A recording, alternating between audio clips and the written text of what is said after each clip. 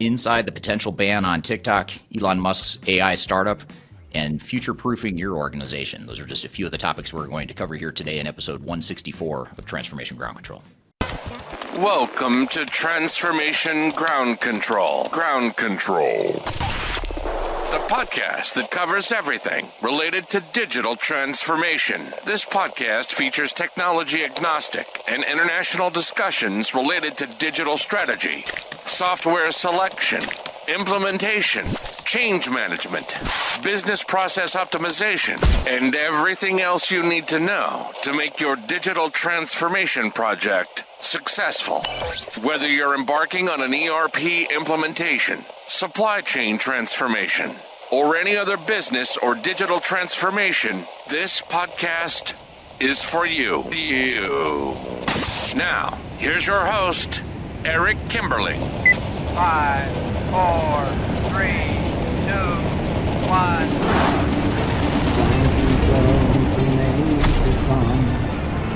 Hello, welcome to Transformation Ground Control, episode number 164. My name is Eric Kimberling. I'm the CEO of Third Stage Consulting, and we're an independent consulting firm that helps clients throughout the world reach their third stage of digital transformation success. We help clients with their digital strategy and software selection, as well as implementation planning and program management, change management, and process improvement during the implementation. So you can learn more about Third Stage Consulting at thirdstage-consulting.com. Third Stage, not coincidentally, is also the sponsor of this podcast. So thank you for being here today. The show is produced by Major Tom Productions, and this is the podcast that has everything to do with digital transformation, including the people, process, technology, and strategy components of change. You can find new episodes every Wednesday at transformationgroundcontrol.com. And at transformationgroundcontrol.com, you can find all the past episodes on all the different platforms that you might want to listen or watch. So be sure to check it out there. And joining me, as always, is my co-host, Darian Chwialkowski. Darian, thanks for being here today. Yeah, thanks for having me. Great episode in store for the audience here. We've got a few things we're going to cover up front. First, we're going to get to some audience questions on social media, some interesting topics that we always get. We always get really interesting questions for the audience, so we'll get to that here to start the episode. And then we're also going to get to a couple of interesting newsworthy topics here.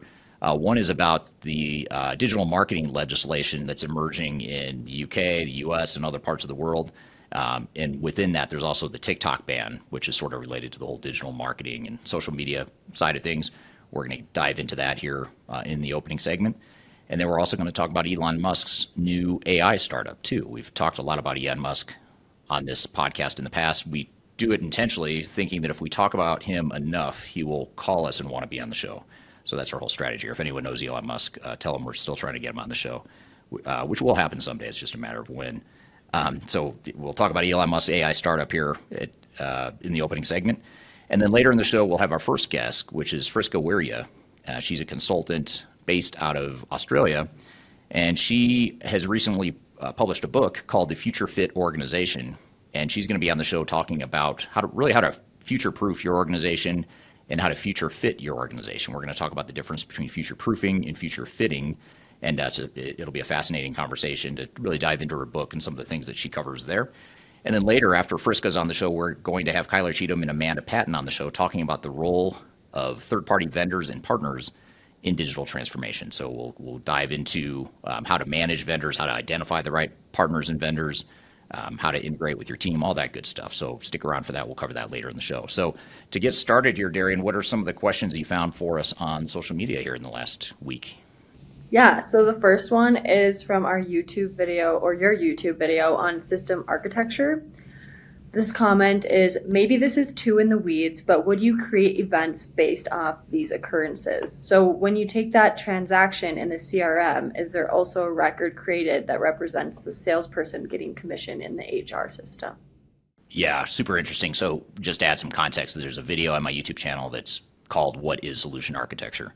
And in that, I just talk about how you build an architecture for technology within, not only within a transformation, but just in general. How do you do it? And so the audience member, or the viewer, is asking the question of how do you transact data or integrate data in between multiple systems? So in other words, if you have a CRM system, salesperson makes a sale, do you somehow integrate that into your HR payroll system to show that you owe that salesperson or that you're going to pay that salesperson? commission? And the answer to that is yes. I mean, that's absolutely something that is very critical for solution architecture. The whole point of solution architecture is not only defining what your systems are, but also how they integrate and how the data is going to flow between systems. And if that's part of your end-to-end streamlined business processes that you want, which would make total sense, that if you have a salesperson that makes a sale, it sure would be nice if your HR and payroll system would just automatically have that information of what commission is due rather than someone having to manually enter it. Then you should do that as part of your architecture. So long answer short, I'd say yes, absolutely. You want to integrate as much as you can and show not only how systems interoperate, but also how data flows and also how process flows in between systems as well. Yeah, absolutely. Our second question is also from a YouTube video, just a different one. And it's on the YouTube video, Supply Chain Management at Risk Being Automated. I think we also did some shorts on this if you see it on our YouTube shorts and our TikToks.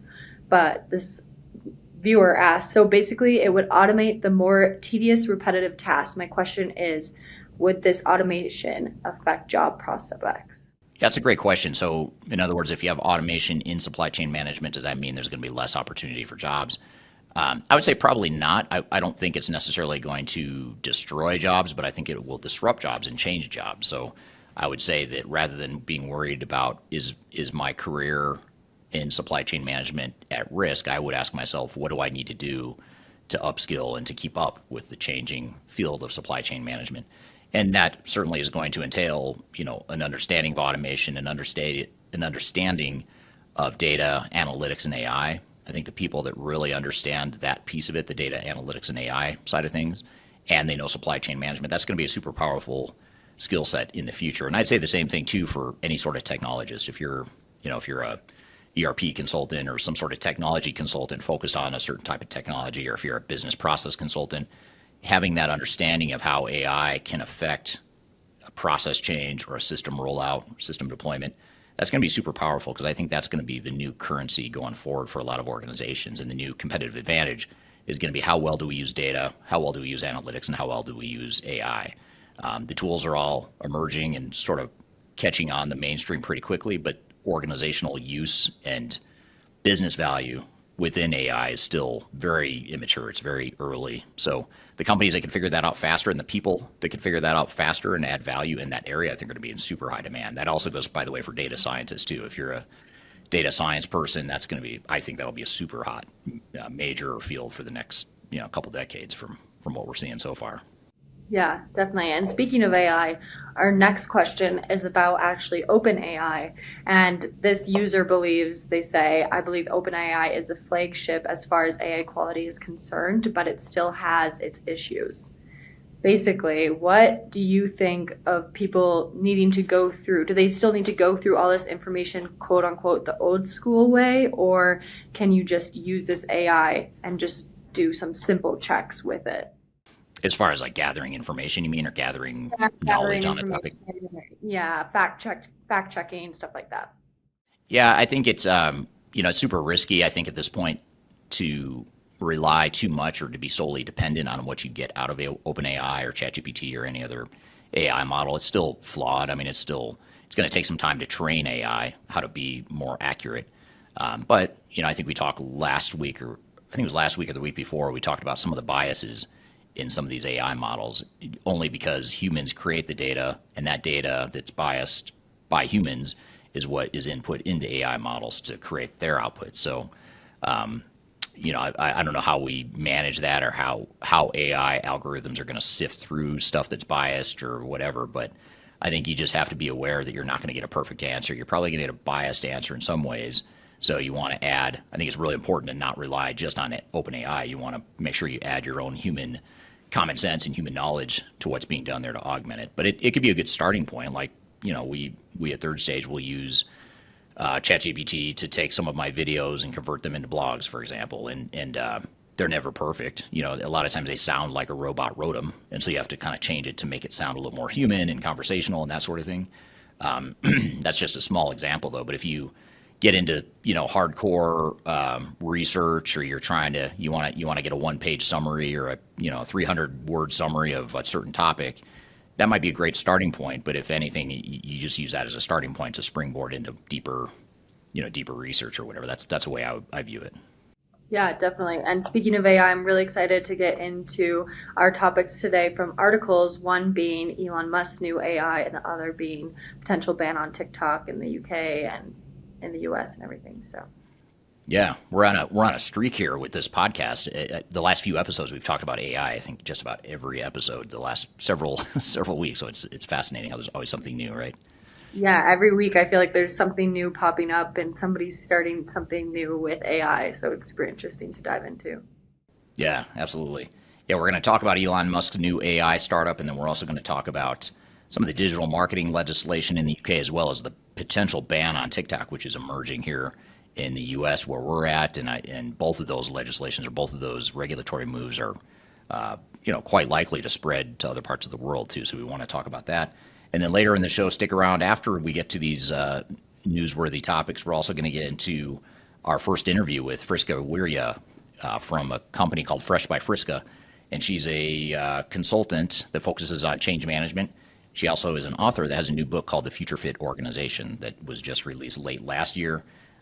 We'll tell you about how to get the book, but we're also going to dive into, with Friska, we're going to dive into some of the concepts in her book, talking about what is a future fit organization, how do you become future fit, how's that different from the other buzzword, which is future proof, and we're going to get into a bunch of that stuff here later today. So super fascinating conversation we'll have there on a very hot buzzword right now. And then later in the show, we'll have Kyler, Cheatham, and Amanda Cheatham on the show talking about the role of software vendors and partners in digital transformation, how to find the right partners, how to manage them, how to integrate them with your digital transformation teams, all that good stuff. So stick around. We're going to get to all that here as soon as we take a quick break. We'll be right back with more Transformation Ground Control.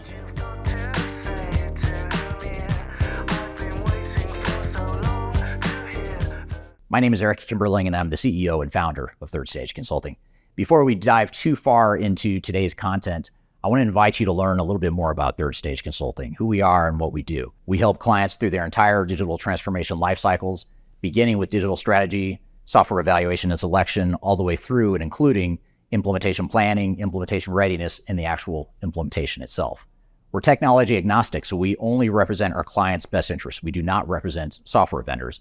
But having said that, we work very closely with software vendors, all the leading players that you can imagine we've worked with, both in helping clients evaluate and select them, but also in helping clients implement those solutions as well.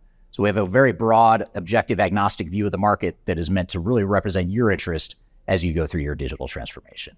I also encourage you to scan this QR code right here to get access to our resource center. This resource center has a ton of information, ton of ebooks that are free. You have access to top 10 software rankings, playbooks for how to make your project more successful, guides to change management, YouTube videos, all kinds of stuff that are going to help you through your digital transformation. So I encourage you to scan this QR code to get access to those resources. And please feel free to reach out to me directly to brainstorm ideas about your project. Even if it's just informally, you want to bounce around some ideas and get some informal advice, I'd be happy to spend some time with you. So feel free to reach out to me. I've included my contact information below. You can also find it in the description field of this video as well.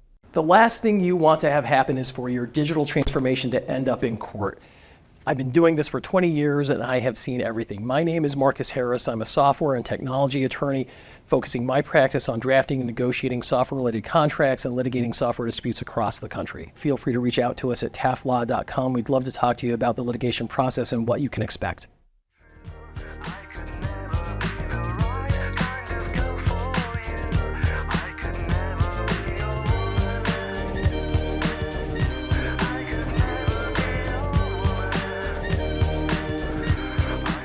Hello, welcome back to Transformation Ground Control, episode number 164. My name's Eric Kimberling here with Darian Chwialkowski.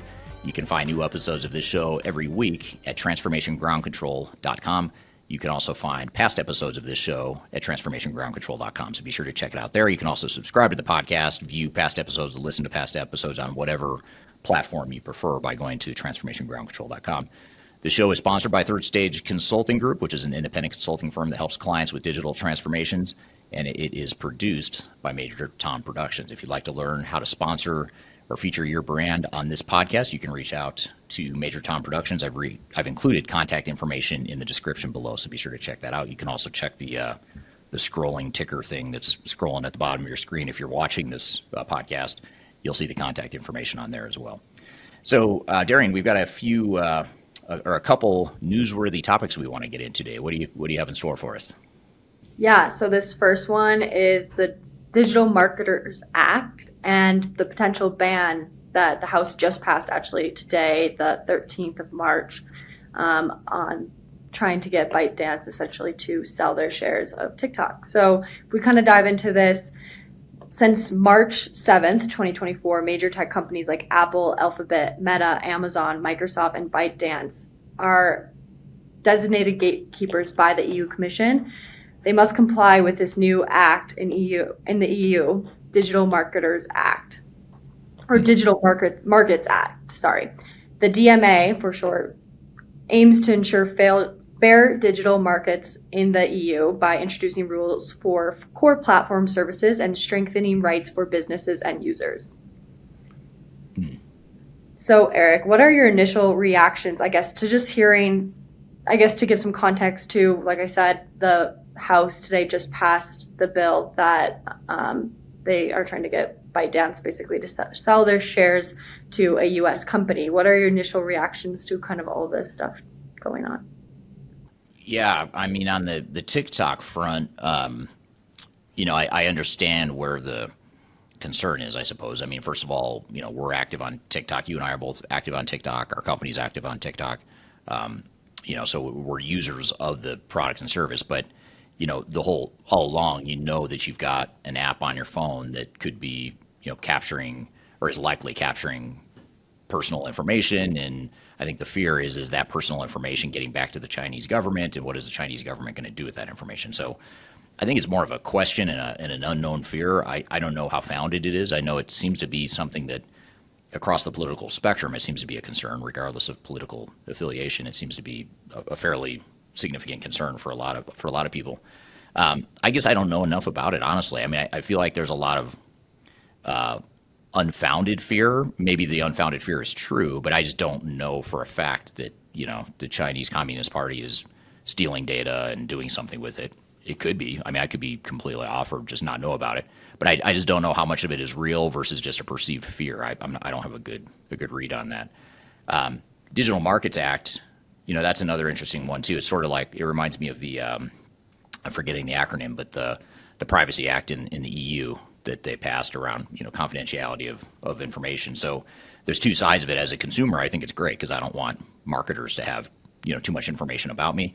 But as a marketer, as you and I both are, it kind of sucks not being able to have more access or more visibility into what people are doing, their behavior, all that stuff. And it sort of limits your ability to look at not just individuals, like looking at what Darian did, what website pages did you go to, or what other websites did you go to besides our website.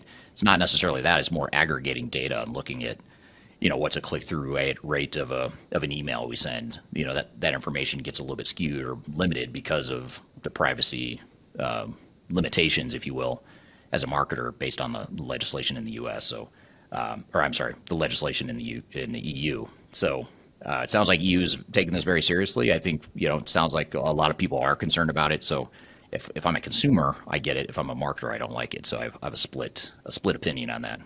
Yeah, I definitely understand that from a marketing point of view. The more information, the easier it makes the marketer's job. So I definitely understand that point of view. And I can see it from the consumer side too, right? You don't want all your information out there. So yeah. I agree. Curious to hear what the audience thinks, though. What does the audience think on this? Is this a good thing? Should we be banning TikTok in the U.S. and other parts of the world? Should we be regulating more, marketing activities and confidential information? I'd love to hear the audience's opinion, especially because I don't, like I said, for both topics, I don't really have a strong opinion, but I'd love to hear what the audience thinks on that. Yeah, and I think another question I have to it is if ByteDance does end up selling their majority stock or majority shares to a U.S. company, how do people's opinion about TikTok and views on TikTok maybe change? I'm interested to hear that from you, Eric, also as well, but also from our audience, like what their thoughts on that are.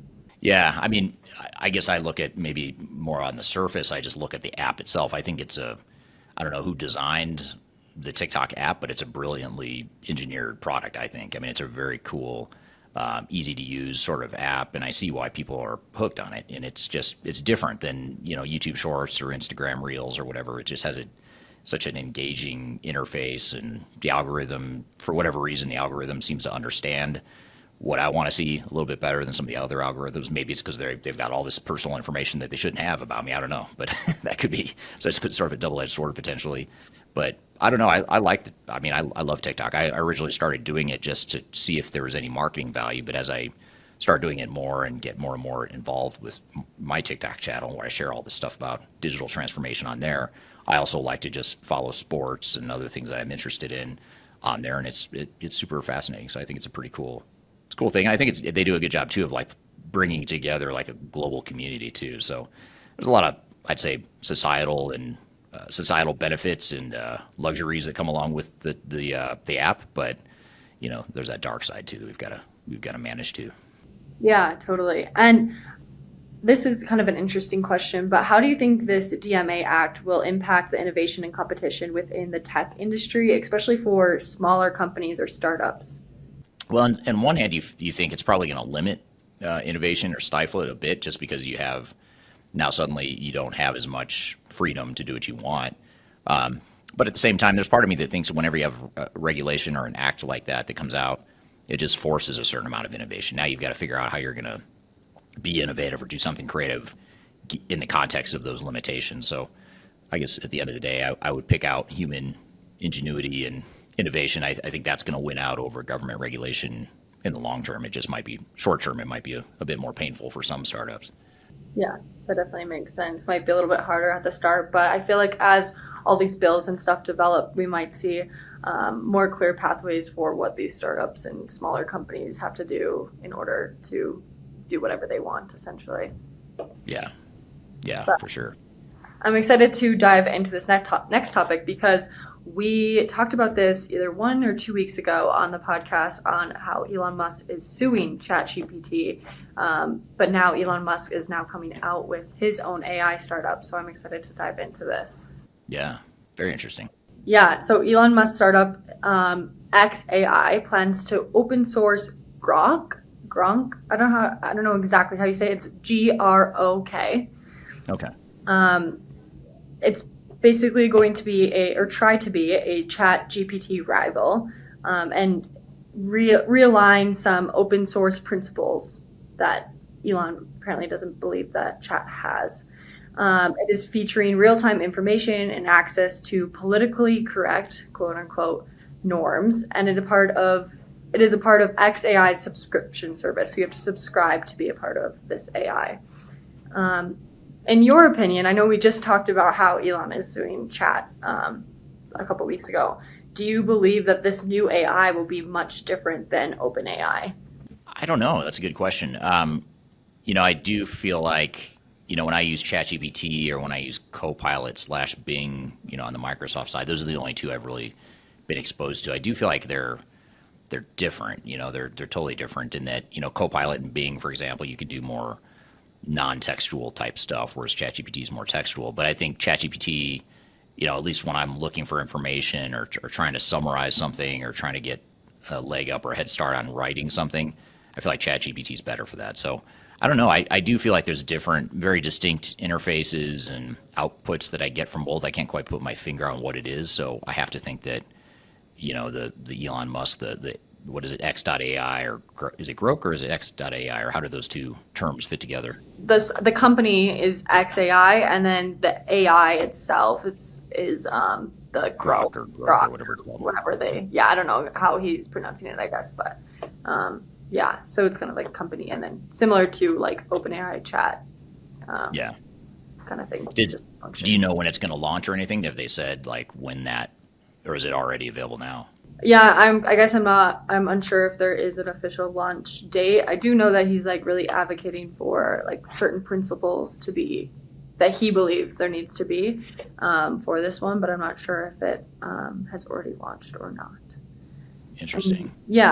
But what challenges do you see businesses that are going to be adopting open source AI platforms versus like ones that don't?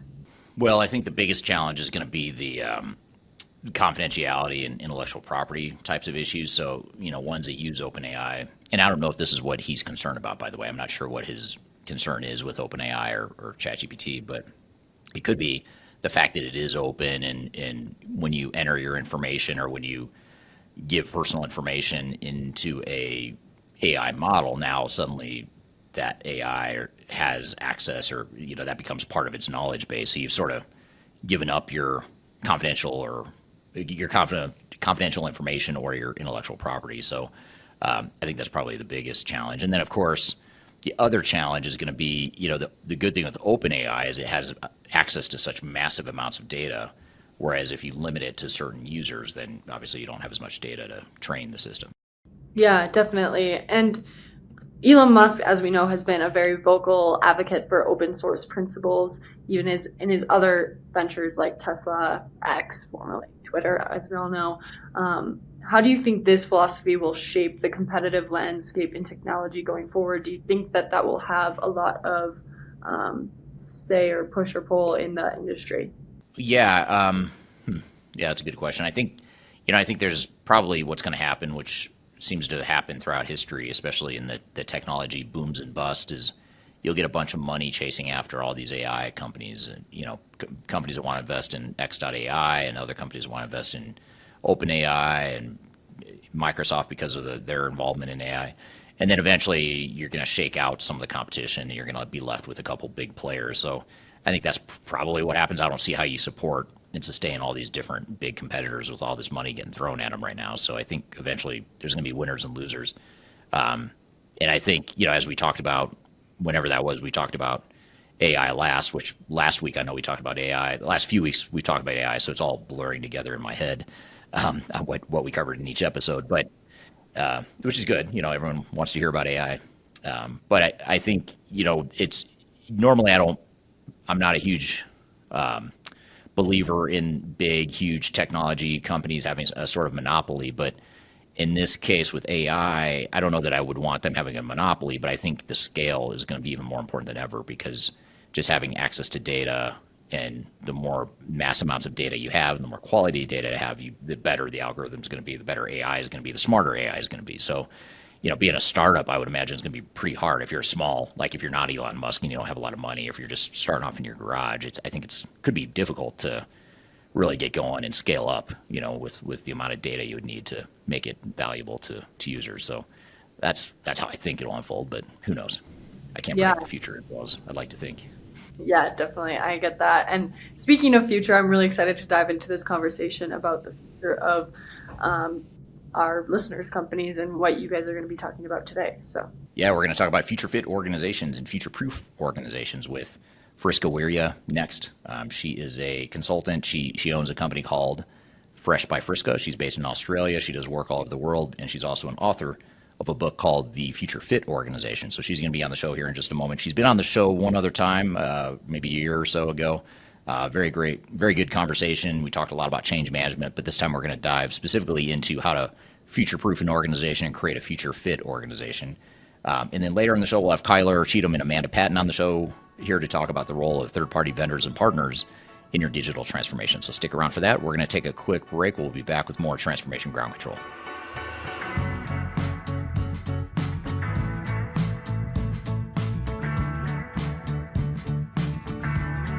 People oftentimes ask me how I built such a strong social media following on YouTube and LinkedIn and Facebook and other outlets. And the fact of the matter is it took me a long time to build a following through a lot of trial and error, making a lot of mistakes.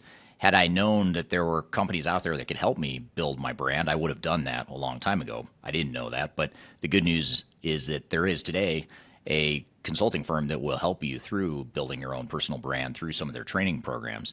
The company is called Roloff Consulting, and if you're familiar with Emma Roloff, she's someone that I've had on this podcast before, and she's well known in the digital transformation space as well as the sales space, and she's big on TikTok, YouTube, and LinkedIn.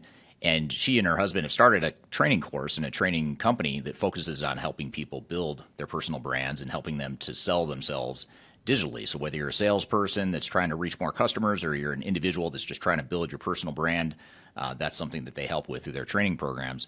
And they've offered listeners of this podcast a free 5-day LinkedIn challenge. And I encourage you to check it out. I've included a link below for this podcast. If you go to the podcast notes, you'll find a link that gets you free access to this 5-day challenge where you'll get step-by-step guidance, You'll get real results, so you'll get some tangible results from the program, and you also get a special offer at the end of it. So it's exclusive to listeners of this podcast. Be sure to check out the link below if you want to work on building your personal brand, or if you're in sales and you're trying to reach more people. Whatever the case may be, check it out. It's free to listeners of this podcast. You can check it out via the link below. Interested in working for a company that truly values your unique skills and experience? Here at Third Stage, we don't hire based on resumes alone. We look at the full candidate, experience, and willingness to provide excellent service for our clients. Within a technology, independent, and agnostic consulting firm, you have the opportunity to learn across industries with a diverse group of clients. Our consultants also have the opportunity to diversify their portfolio and learn across technology systems. If you're interested in joining a high-growth entrepreneurial organization, please reach out to us at work@thirdstage-consulting.com.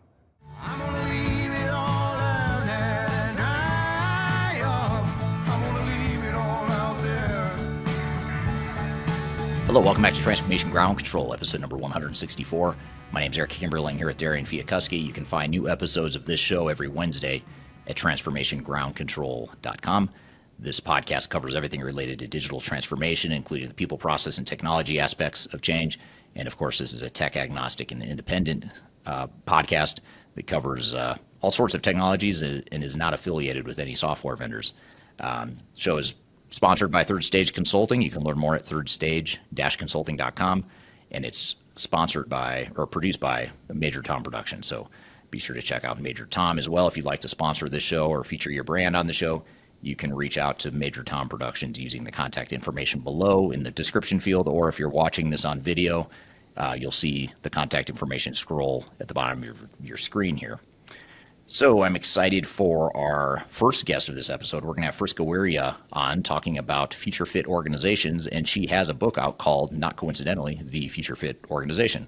So thought it'd be great to have her on the show and unpack what this concept means, how it's different from future-proof organizations, and how do you create a culture and an environment that is adept at changing and ready for the future. So with all that being said, Friska, welcome to the show.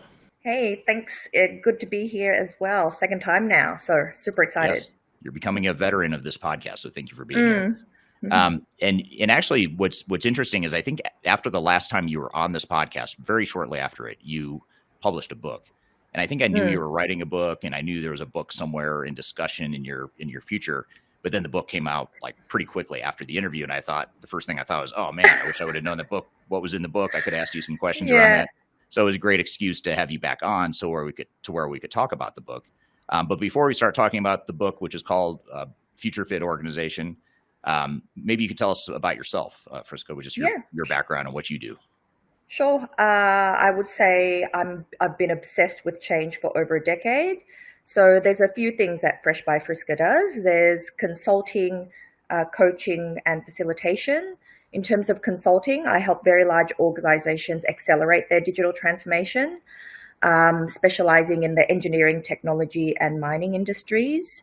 I also run a series of different workshops on many different topics, cross-cultural communication, influencing without authority, building change management capability, and I also speak on the topics of future fitness, etc. So there's a few different arms. I've been in change for a very long time, and since then I've worked all around the world in 6 of the 7 continents. So Antarctica is the only place that I have not worked in. So that's next on my to-do list. And it's usually, yes, I'm there to drive technological transformation, but really you can't get the most benefits from technology if you don't also change your culture. So you can't suddenly implement the best of breed, for example, AI tools, without cultivating a culture that's open to learning, innovation, and growth. So that's what keeps me busy in my day-to-day. Yeah. What is it that attracted you to the human element or the human side of change? I get bored really easily. And after my MBA, I cut my teeth in general management consulting. And I felt like every project was roughly the same. It really wasn't challenging me. And I was in LA for 4 years, and I came back to Australia. And when I came back, it was only then change management started to be recognized as a discipline. And it really intrigued me. It played to all my strengths. the communication, the developing trust and rapport, the engaging with people from all different walks of life, combined with the analytical ability. And I thought, I want to give this a try. And so I took a big gamble on myself. I took a 40% pay cut, and I started from nothing. I started as a lowly change analyst, and I just worked my way up with unwavering dedication and laser-like focus. I got all the bits of paper, so all the credentials. And since then, I've done all sorts of changes like mergers and acquisitions, global restructures, operating model redesigns, many, many technology implementations. And fast forward 7 years later, I was the youngest GM of change for a big gold mining company. And yeah, that's how it all started, because I was curious, I was bored, and I knew I'm the type of person that likes to do different things all the time. And it appealed to me because it's not a cookie cutter approach. Yes, you have frameworks and templates and models, but what works for company A is not going to work for company B, because they're completely different cultures, and no two changes are ever the same. Right. Yeah. Makes total sense. What is it that brought you from, you're originally from Indonesia, is that correct? Yes, correct. What brought you from there to Australia? I know you said you like to travel and you've been all over the world, but what brought you to Australia, just out of curiosity? Civil unrest. So back in the 80s, it wasn't a very safe place to live. And my grandparents just wanted better opportunities for me, and they decided to move to Australia. Okay. So and they chose Australia. Yeah, grew up in Australia. Chose Australia because it was the closest Western country to Indonesia, and we just kept on flying back and forth. Yeah. Interesting. Very cool. And that probably, I imagine, that influences your interest in world travel too, just having the kind of multinational experience at a young age. Yes. And also because I've only ever, my sweet spot is very large organizations, and they're usually highly multicultural and multinational. So I need to have a really strong sense of local cultures, traditions, etc. Yeah. Yeah. And of course, traveling all over the world, living all over the world, I imagine helps give you that credibility and understanding that a lot of us don't have. Yeah. So what's the name of your book? It's called Future Fit Organization, right? Or the Future Fit correct. Organization. Okay. Yep. I want to make sure I got the title precisely right. But what's the premise of the book, and what's this concept of future fit organizations? What does that mean, and kind of what's the premise of the book? So as I said, I've spent years helping very large organizations, helping them adapt, helping them thrive, because this world is constantly changing. It's uncertain, disruption every week. And so they have to be agile, innovative, and be able to pivot quickly. I think quickly is the main word, to keep up with the pace that the world is changing. And when we consider, like I was reading a stat the other day, McKinsey says the pace of change today is 3,000 times more than the impact of the Industrial Revolution. That's significant. So everything's happening at warp speed. Like, for example, the things you learn at university today, in 5 years, they'll probably be obsolete. So they'll probably be useless.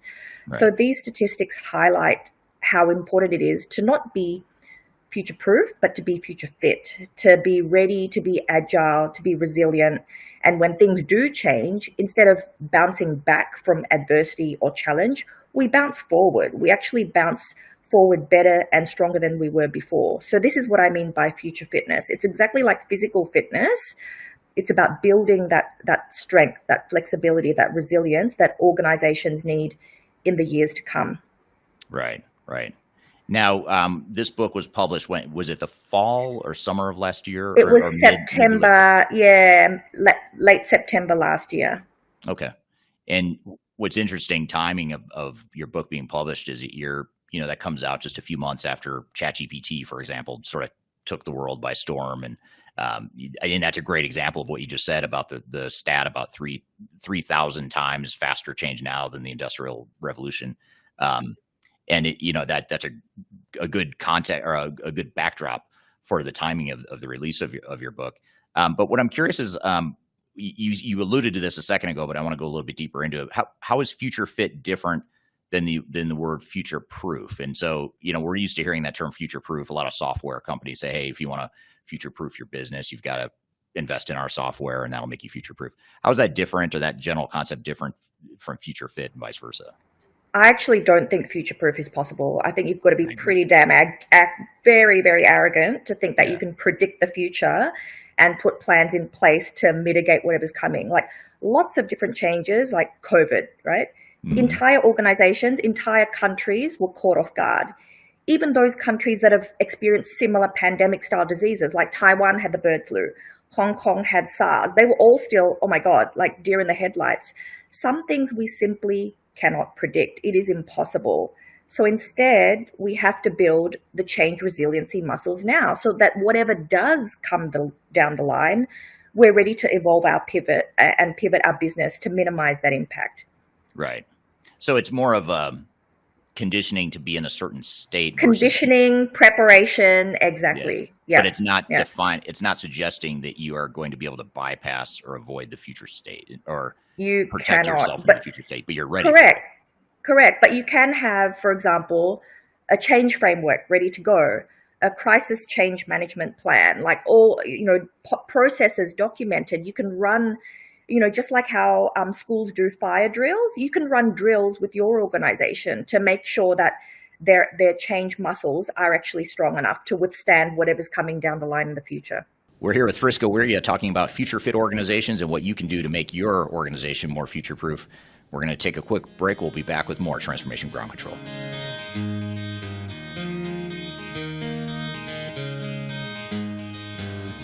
Could you whisper in my ear? If you are aiming for transformation success, turn to Third Stage Consulting Group. Third Stage's independent and technology agnostic consulting team helps clients define their digital strategies, define their roadmaps, and manage their transformations. With offices in the US, Europe, and Australia, our team helps the world's most forward-thinking organizations through their transformation pitfalls and risks. If you are embarking on a digital transformation or business change initiative, contact Third Stage Consulting to see how we can help you reach the third stage of transformation success. Learn more about us and download independent reports, videos, and other best practices at thirdstage-consulting.com. Hi, this is Eric Kimberling with Third Stage Consulting and your host of Transformation Ground Control. I want to encourage you to read our Guide to Organizational Change Management. It's a free report or a free guide that we published. It's one that I actually wrote that talks about best practices and lessons learned as it relates to change management.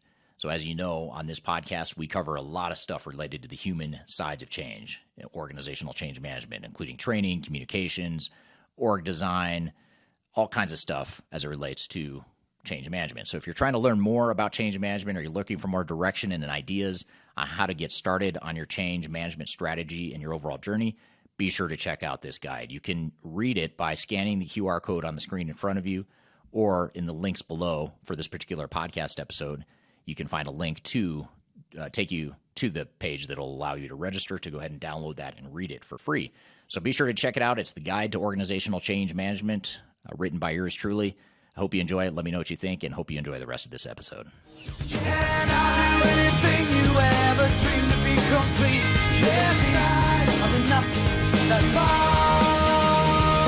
Welcome back to Transformation Ground Control, episode number 164. My name is Eric Kimberling with Darian Chwialkowski. You can find new episodes of this show every Wednesday at transformationgroundcontrol.com. The show is sponsored by Third Stage Consulting, an independent technology consulting firm, and it is produced by Major Tom Productions. We're here in the midst of a conversation with Friska Wirya talking about future fit organizations. Let's dive back into the conversation. I'm curious to hear from the audience and their opinion on this whole future fit versus future proof concept. What are your thoughts on the terms? Is future proof a possibility? Can we be future proof? Is that a viable buzzword? Even though it is a buzzword, it doesn't mean it's viable. But I'd be curious to hear from the audience what they think on that too. But I like that. I like how, because at first, honestly, when I heard the title of the book, I was like, future fit, that's different. I'm used to hearing future proof, not future fit. So I think it's a smart move to sort of differentiate or clarify what that means versus future proof. But you started to allude to this a moment ago, Friska. You started to talk about, having a crisis management plan and some of the things you can do to become future fit. But what are some of the key components that make an organization fit for the future? Or how would you describe an organization that's future fit versus one that's not? So one of my favorite quotes that I've put in the book is futurist Alvin Toffler. He said, "The illiterate of the future will not be those that cannot read or write, but those that cannot learn, relearn, and unlearn." So I totally agree. A future fit organization is an organization that's continuously learning and unlearning. They're not carrying forward these unproductive, unhealthy mindsets, behaviors, processes, and policies. So, if we think future means at a later time, and fitness can be described as being suitable to fulfill that role or task, it means they are constantly reviewing what's working, what's not, and only bringing forward the best of the best. So a future fit organization is an organization that has a fluid and flexible mindset and seeks out change over comfort. They recognize that the performance of their tech stack is only limited by the power of their people stack. They hire for character instead of over-indexing on capability. They look out for key traits such as openness to change, such as assuming positive intent. Why these two traits? Because they are the traits that bring transformation alive. They are what's going to get people willingly moving out of their comfort zones into their growth zones. And they also start prioritizing, I don't like to call them soft skills, I call them critical skills, skills such as empathy, such as curiosity, such as the ability to engage with people from different cultures, because this is what's needed. It's about balance. Like STEM skills, obviously very important, but they are useless in isolation. Right. That's interesting. And so is it fair to say then that an organization that you walk into and consult to, I'm sure you've seen this, I imagine, but you walk into an organization and you hear a lot of people say, well, that's not the way we do things, or we've always done it this way. And that seems to be where they're grounded, is like, we've always done this for the last 10 or 20 years. We can't tell you why. Yeah. We just know that we don't want to change because we've always done it this way. Is that Yeah, sort of I call them the nostalgia seekers. right. They only see problems instead of potential opportunities for innovation and growth. And yes, those sort of people are very common. And it's okay to have those sort of people, but if they make up the majority of your people stack, then you're in trouble, right? You need to balance that out with change makers, with people that are enthusiastic, bright-eyed and bushy-tailed, that have a vision, that know kind of what's out there in terms of technology and innovation, and have a vision for how that particular solution could benefit the business. What's rare is people that have that knowledge and awareness combined with being organizationally set up for success. And when I mean organizationally set up for success, I mean they have the right relationships, they have a solid sponsor, they have a strategy to execute whatever they're planning for this particular technology. Not just that, shock horror, they have a budget to actually execute the darn thing. And that's where I see a lot of organizations kind of fall over. They have a very clearly documented strategy, but then when it comes to the change management, because it's installing something is very different from implementing something. Installing something is easy. It's in. It doesn't mean you're getting any of the benefits. So to get proficiency, to get adoption, to get ultimate utilization, that's implementation. And suddenly there's never any budget left over. So I think that's why the rates of digital transformation the success rates are still stubbornly, appallingly very low. Yeah. Yeah. It's an interesting dynamic where an organization sets a budget on what the priorities are for a project by starting with the software. I'm going to go shop for some technology. Let's say it's $10 million US. $10 million US. Okay, that's my starting point. Now I've got to figure out what to add on to that. And if at some point your board or your management team says, no, you're not going to add that much on, you're going to have to throttle back. And you're probably not going to cut back that 10 million. You're going to keep the 10 million in this example, but you're going to cut change management. You're going to cut cultural change, some of the things you're talking about here, which is a really unhealthy, problematic mindset as far as human behavior, organizational behavior. So let's unpack the different dimensions and just make sure I'm sort of understanding or tracking with you on like the themes. So you have cultural change, which is sort of the mindset shift and the ability to learn and unlearn, like you said. There's the organizational structure is sort of what you're alluding to. Is that what you mean? Like how you organize and how you collaborate and how you have people working together. And yes, it's not just having the right people with the right skills, but the right mix of people in both workforce and delivery teams. Holistic perspective, and you can see around corners more. Yeah. Interesting. There's a question here that's a little bit out of scope for this conversation, but I actually want to bring it back into scope and ask you a question here. It's sort of like more of a case study, really. And this is a question on YouTube. It says, what are the advantages to using AI in the manufacturing industry? And we don't necessarily need to go down that path just because we're more focused on future fit organizations. But Yeah. I think there is a question sort of embedded in there that we could pull on a little bit here. And that is, when you look at something like AI, and I think it's a good example of fast changing technology that can either overwhelm an organization so much so that they resist the potential adoption of AI, or they could, if they are a future fit organization, they're going to be a little bit more creative and open to how we use AI to make ourselves more effective as a team. So how would you, just at a high level, how would you take that use case here, or that case study of AI and a manufacturer that's, say, an old school manufacturer, and maybe they're struggling to figure out how to adapt to AI and get more value out of it? How does this future fit concept, how could it help them be better at leveraging technology like that?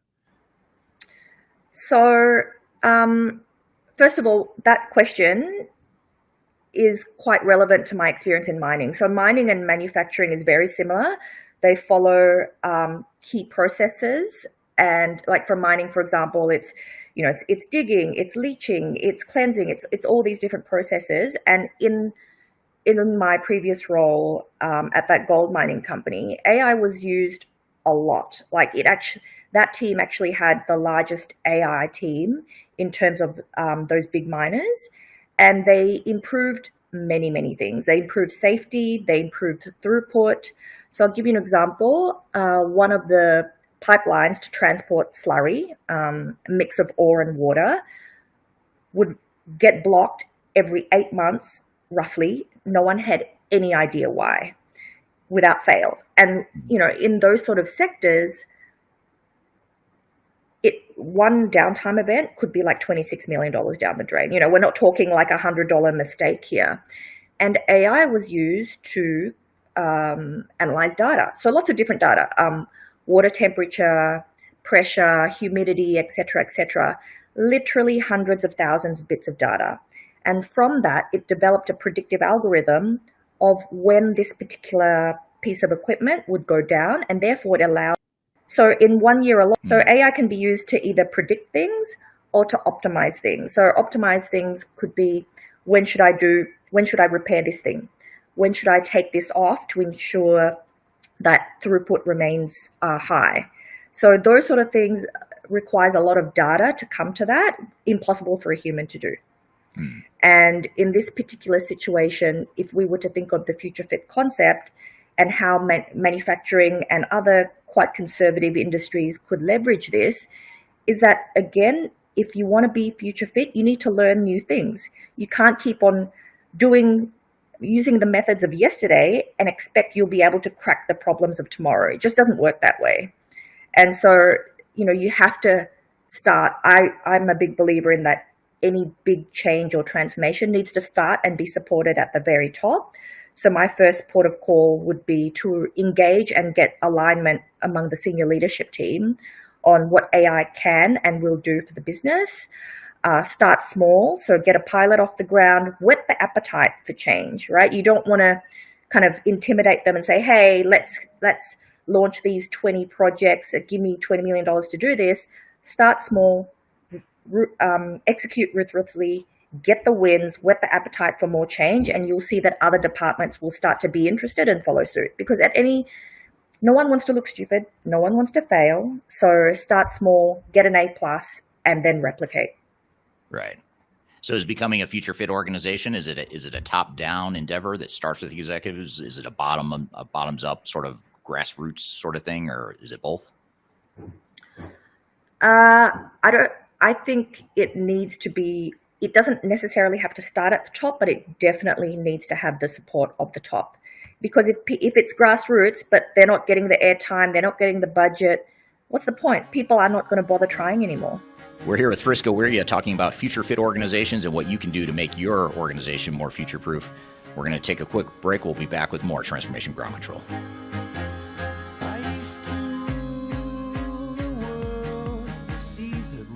If you are aiming for transformation success, turn to Third Stage Consulting Group. Third Stage's independent and technology agnostic consulting team helps clients define their digital strategies, define their roadmaps, and manage their transformations. With offices in the US, Europe, and Australia, our team helps the world's most forward-thinking organizations through their transformation pitfalls and risks. If you are embarking on a digital transformation or business change initiative, contact Third Stage Consulting to see how we can help you reach the third stage of transformation success. Learn more about us and download independent reports, videos, and other best practices at thirdstageconsulting.com. The last thing you want to have happen is for your digital transformation to end up in court. I've been doing this for 20 years and I have seen everything. My name is Marcus Harris. I'm a software and technology attorney focusing my practice on drafting and negotiating software-related contracts and litigating software disputes across the country. Feel free to reach out to us at taftlaw.com. We'd love to talk to you about the litigation process and what you can expect.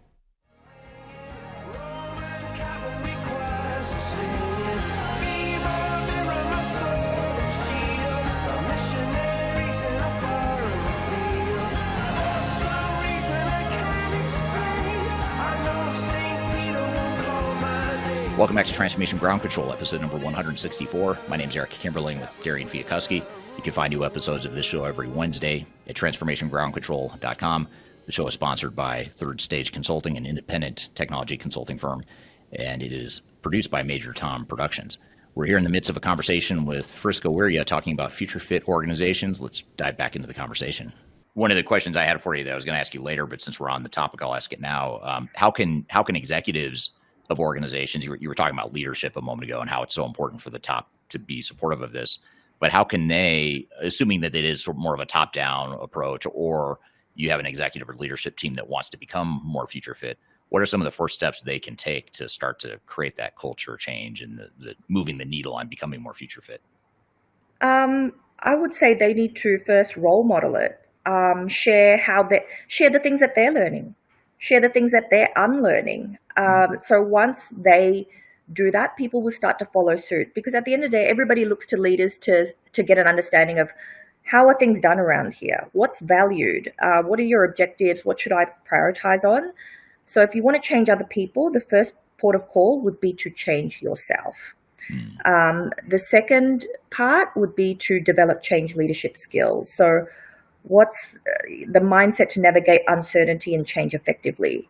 And, you're not taught this in schools, you're not taught this in universities.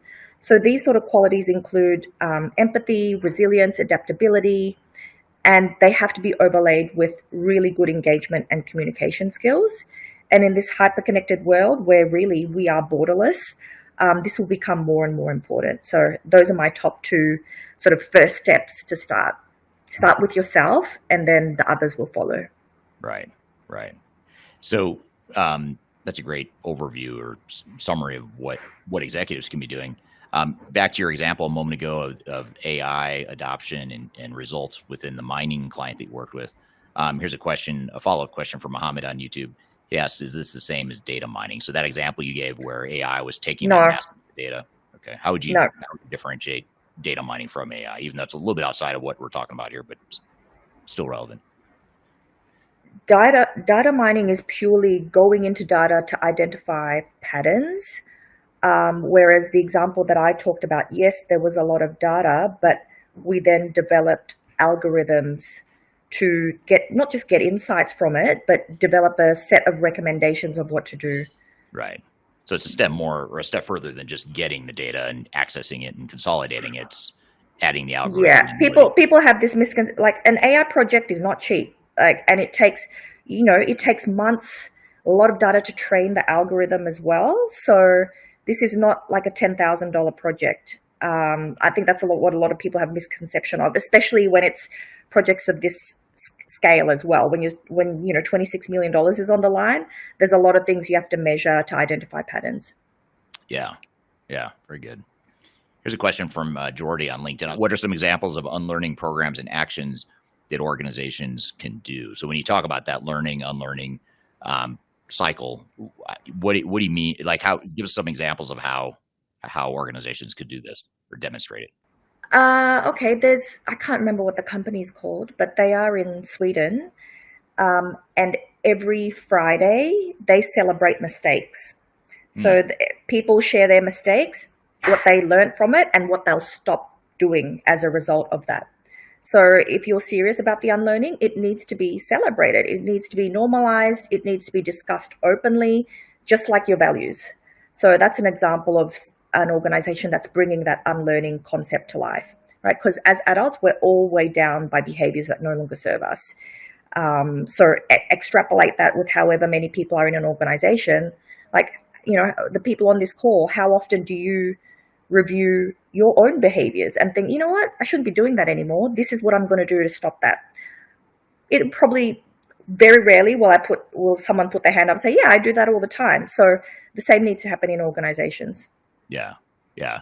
So not being afraid of failure, but embracing and most importantly, just making sure you learn from it and incorporate those learnings into how you move forward. Yeah. Yeah. Very good. Well, great question. Thanks, Rorty, for that. Another question I had is why do some organizations have trouble? Well, let me back up. What percentage would you estimate if you, unless you have data with precise numbers, but if you had to estimate, what percentage of organizations do you think are truly future fit right now? I do not have data with precise numbers. From what I'm observing through media, through my own client work and that of my contacts, I'd say it's in the single digits. Wow. So let's call it 90% plus are not future fit. Why? What's wrong with those other 90% plus? Why are they, let's assume they all know that they want to be future fit. Why aren't they, or why do they have trouble with that? Knowing and doing are very different things. And starting something is easy. Anybody can start something, right? Start learning a language, start writing a book. But the person that has the grit to continue, to actually finish, that's very rare. And it's the same with organizations. Future fitness, like any other fitness, just like physical fitness, it takes time, it takes effort, it takes consistency, it takes commitment to build. And if it was easy, everybody would be doing it. The discipline it takes, the reshuffling of priorities, the people you need to get on board to make a business case for it, especially if it's a large organization. Like that's a lot of effort. There's a lot of red tape. There's a lot of approvals, a lot of governance hurdles you need to go through. And so, and also the short-termism of people. So I've seen this a lot. Someone in the C-suite may be pushing some sort of agenda. They're passionate about this future fit concept. Suddenly there's a restructure, or they leave, or maybe they get fired. And then you have to start from ground zero again. So the larger organization, the more difficult. Also, there's still a misconception, a misguided belief that if someone is technically brilliant, then it doesn't matter if they're an asshole. And this is really wrong. Like, I've seen many organizations where one toxic person poisons the well for everybody else. Turnover so sky high. People resign. They take sick leave. They're on mental health leave. They exert only 10% effort. There are so many ways in which resistance manifests, but this is rarely tackled head on. And the nuclear option is very rarely exerted. And when I say nuclear option, I mean exiting that person from the business. People just keep putting up with it. And when people see that sort of behavior tolerated, they start checking out. Yeah. So how can you get them on board and excited about this concept of future fitness if they're seeing that happen in the hallways? And another reason why this future fitness is so difficult is because in the way people are incentivized and remunerated, especially C-suite, they're usually very short term. What are your this quarter's results? Profit, stock price, revenue. We don't balance this with longer term metrics or qualitative measures. So if they're not getting rewarded for putting their neck out to build this future fitness muscles, why would they want to do that? Yeah, that's really interesting. And I don't know that it ever really occurred to me until you were saying it, but when you talk about the assholes, you look around and, there's a bunch of assholes around you. That negative mentality, whether it's being an a-hole or whether it's being a sabotager, someone that's going to sabotage, someone who's really negative, some of these negative connotations or these negative characteristics, those are the dominant characteristics oftentimes of an organization. It seems like those will win out over someone like, let's just say you're the person that's trying to be good, do the right thing for the organization. It seems like, if you have, if you get a certain tipping point, the well-intended people are going to lose out, and it's going to kind of reach this tipping point a little bit easier than it should for organization. It's very interesting. It's actually a lesson I learned in my first consulting company, just as a quick side story. That was my biggest single mistake I made with that company, was that I just hired based on qualifications. I was 32 years old at the time, and I knew there's a lot I didn't know, and I knew I needed a lot of smart people around me, people that were smarter than me, which I think that was the right intent. But then I would just disregard the fact that, like you said, oh, this person's kind of an asshole, but they're really smart, so I'm going to hire them anyway. They're really good at what they do, so I'm going to hire them anyway. And then suddenly I look around, I'm like, wow, I've created a culture that is not. And it was so hard to change. I couldn't change the culture, and so I ended up leaving that company. But that's a good example that or a good thread you're talking about here. I think it's really important for organizations to think about. Gets back to culture, of course, and how you build that culture of being future fit. And you can't do it when you've got a bunch of people that are really negative or can't think outside the box or are stuck in the past. What'd you call them? The nostalgia seekers. The nostalgia seekers. If you have even just a third of your company, if a third of your company is the nostalgia seekers, that 1/3 of the company is going to win out. They're going to override the other 2/3 just because it's a more powerful, sort of inertia or gravity that holds back an organization. Here's a question from Paul on LinkedIn, or just more of a comment. He says, interesting perspective. We are all encouraged to continuously learn. Continuously unlearning is a very interesting idea. Greetings from Ireland. So thank you for joining from Ireland. Thank you, today, Paul. Especially late in the day. It's late there in Ireland. So he must be having trouble sleeping right now. So thank you for joining. And that is a good point, though. He brings up a good point that I've never heard someone talk about this concept of unlearning. I've heard about people talk about like how you have to let go of the past, or just because we've always done it this way doesn't mean we should do it in the future. But you're framing it a little bit different, which I think is super effective. Yeah. What about so a lot of change involves technology initiatives. We've been talking, on and off about AI and other forms of technology, but how should we be treating these technology initiatives that a lot of us are going through? How should we be treating them differently as it relates to future fit organizations? So if we want to be future fit, how do we need to be different in terms of how we treat technology and technology transformations? Okay, here's my top 3 tips. The first is cross-functional, cross-collaboration teams. So very often it's just the tech team that's leading it, and they forget everybody else, and that means there's silos, that departments don't know what's going on when implementing technology initiatives. So if we have a different mix of individuals in those delivery teams with diverse skills and perspectives, then to work together towards common goals, then by default, this will encourage innovation, more creativity, and more problem solving, leading to more effective solutions. Number 2 is really having the tech stack in the middle of whatever technology initiatives that you're doing. So this means being user-centric, really considering how they're experiencing things. So if we do that, most likely the needs, the preferences, and the pain points of the end users will be considered through research and feedback mechanisms. So that very rarely happens. Usually, like I'm on one right now, which is a huge S4HANA implementation, and the functional consultants just go ahead and deliver this, start building without considering, hey, we have to let people know about this. B, have we engaged them? C, do we know that the customizations, the compliance, and the legislation is considered when you're configuring this system? The answer would be no. And these sorts of things would not happen if we involved different people earlier. So if we place the user, the person, in the center of technology initiatives, we can ensure that the solutions really will be fit for purpose, drive meaningful impact, and make sure it meets those needs. And last but not least, sounds counterintuitive, but don't be afraid to change your plan. So I'm all about iterations. I don't believe in huge, long-term detailed plans because things change so fast now. So instead of clinging onto that rigidity, prioritize short feedback loops and continuous improvement cycles. So don't kill yourself trying to build a 6-month roadmap. Just think shorter cycles because market conditions change. You may get new customer feedback. There's new technologies, new versions. So don't be so hard. We're here with Friska Wirya talking about future fit organizations and what you can do to make your organization more future proof. We're going to take a quick break. We'll be back with more Transformation Ground Control.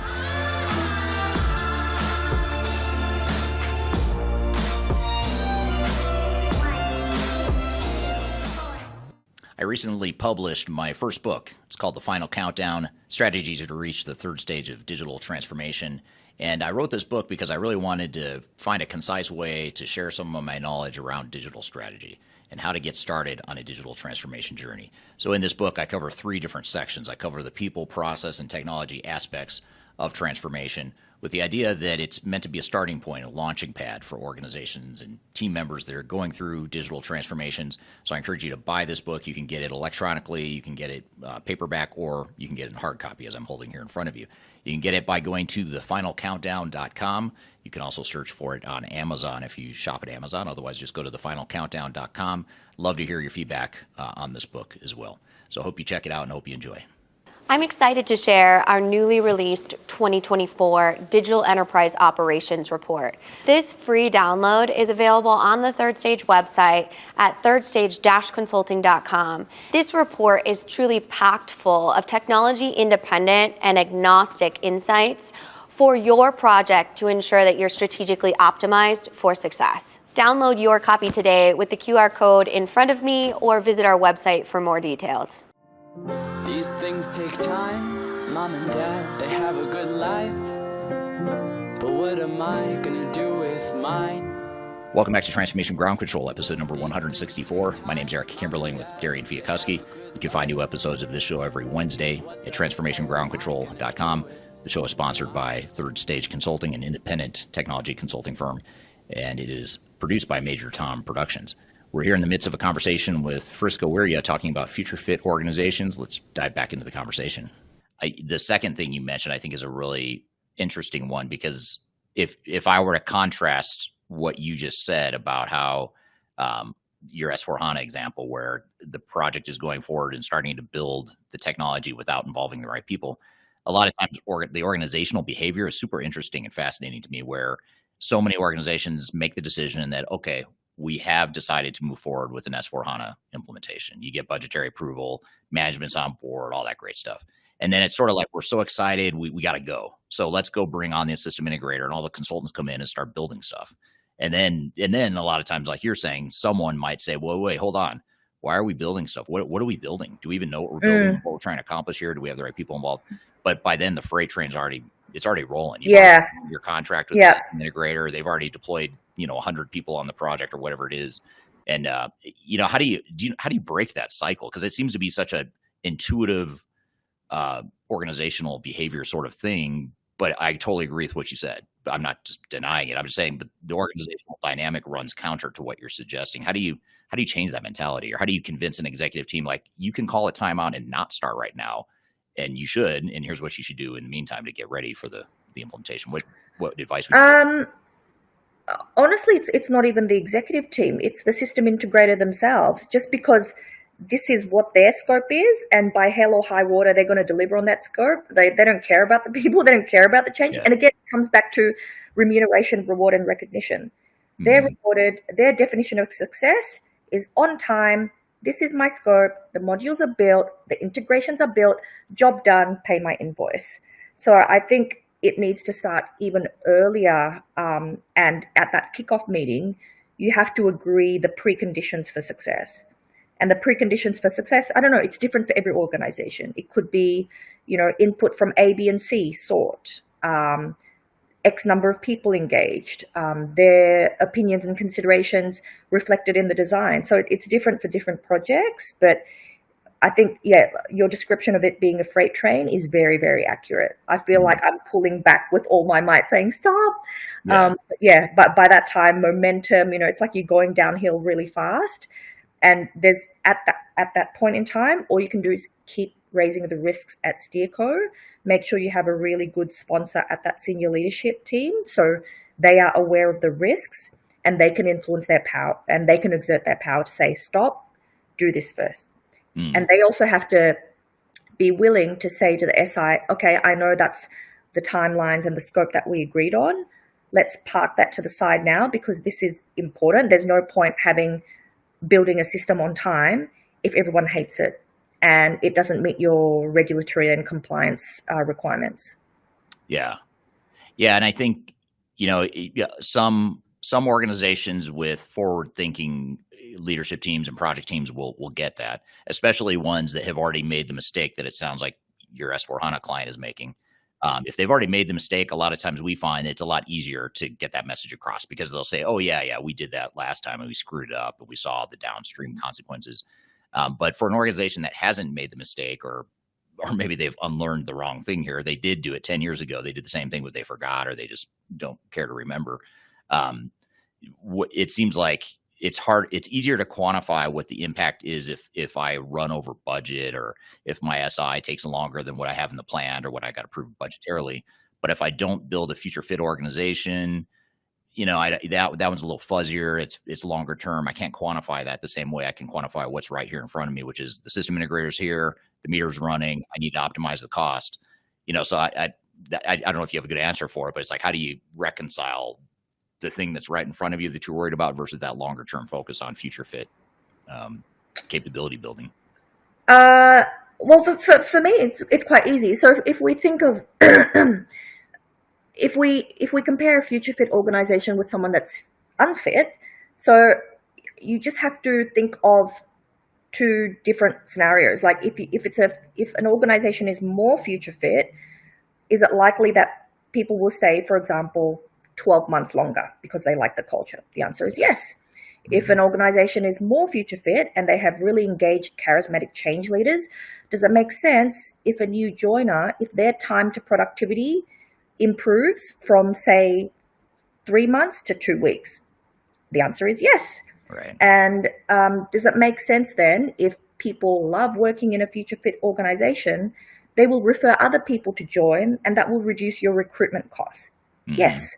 So if we use those 3 different metrics, say on a salary of, I don't know, $150,000 times 1,000 people, like that's real money. Right. It's real money. And, if you don't have the right traits, the right mix of people in the delivery teams, does it make sense then? Is it likely that your projects will run over budget? The answer is yes, because communication shit, people don't trust each other, blah, blah, blah. So you just have to think of, you may not have the hard data available online to prove your case, but these are very likely scenarios. Like what I'm talking about, very conservative estimates and very likely conditions to occur if you invest in the future fitness of your organization. Yeah, that's a great point. And, you look at a digital transformation of some sort, and let's just say you have a budget set for the entire project. And let's just say you've been forward thinking enough to set aside 15 to 20% of that budget for change management, more the human side of stuff. And you think, okay, we're going to do this right. But then, you get into a bind and you have to cut the budget because your technical stuff is running over and you've got to cut something. The natural inclination is to say, well, what if I cut the change management budget in half and I save 10% of the entire budget? That save. Right. You either pay now or you pay more later. And Exactly. when I say pay more later, it'll take longer. It'll be more painful. People might leave, right? Yeah. People are like, this quiet quitting thing, it's a thing. If they're having a shit experience for the next 2 years because of your transformation, they're going to leave. And the cost of them leaving and the cost of you rehiring and recruiting, far more than the saving you did by slashing change management. Yeah. And that's where I was going with it too, is like for every dollar you save by allegedly, saving money on change management, you're going to spend, I don't know what the number is, but if I had to estimate, I'd say at least 5 times as much, $5 for every dollar you save by cutting change, you're probably going to add another $5 of longer term costs. Problem is though, if I'm a project manager, I'm not measured, back to your point about 100%. I'm not measured on, I'm measured on coming in on time on budget. So come to high water, I'm finishing on time or on budget. If the downstream impact to our operations goes off the rails, that's not, that sucks, but that's not my personal problem because I'm not, I'm not measured on that. So if you're an executive, you need to set the right targets. I guess that's where we're going with this. Yes. You've got to make sure people are behaving the right way. And sorry, rookie mistake. My phone is not silenced. That's okay. And can I say that there are ways, if you truly need to cut the budget for change, there are ways to do that, smarter ways to do that. For example, ChatGPT, it does a lot of grunt work that an analyst would usually do. There's a lot of AI solutions you can use to make collateral development go faster, etc. So it's not always cut people. It could be increase the number of tools that the change management team has, so they can do more with what they have. So yeah, it's not as easy as slash it in half, goodbye half the people in the team. Yeah. Sometimes I wonder if we rethink our approach to digital transformation and the way we budget, the way we resource, the way we define our plans. What if we started with the future fit / change / people side of it? That becomes the core, and then you say, okay, it's going to cost this much to go through the operational and the people transformation, and then whatever's left, you add technology on top of that. What if you flipped it and said, we're going to add technology more selectively and more strategically, but we're really going to focus our efforts on not S4HANA in your example from before. It's not focused on S4HANA. It's focused on people and operational transformation, and whatever's left, we'll do the technology. Because I don't know about you, but I'd much rather see an organization implement a subpar technology or a more limited scope of technology, but do the change management, the human part of it really, really well. That organization is going to get a ton more value out of the transformation. They're probably going to be successful. 100%. It's like the equivalent of giving the newest generation iPhone to my grandmother. Like, she'd use it as a doorstopper. Like, it's the same. It's the same with organizations. You don't need the best of the best breed of whatever tool you're implementing if there's a huge deficit in the skill set and the appetite of your people to use that. So you're not going to fill that gap. Whereas if you say, to your words, maybe a breed technology, but your people stack is matching that, then you're going to get full adoption, full utilization. People are going to be happy about it. And you may actually get more benefits and save more money as well. Yeah. And you know what else I just thought of? Not only that, but you know how nowadays every dollar you invest in technology is not just a dollar today, but it's a dollar every year into perpetuity plus escalation clauses. Whereas all this stuff investing in change management and the operational improvement, that's a one-time cost that goes away once you make it. So that's another benefit. You don't have that residual ongoing cost that's super high because you invested in all this technology that you're not using. So 100%. But the problem that we have, back to numeration, the entire industry, the entire technology industry is built on paying people to sell software. They're not paying people to make companies successful in their transformation initiatives. And that's a big problem. Yeah. I don't know how you fix it, but that's misalignment of goals is a big problem for sure.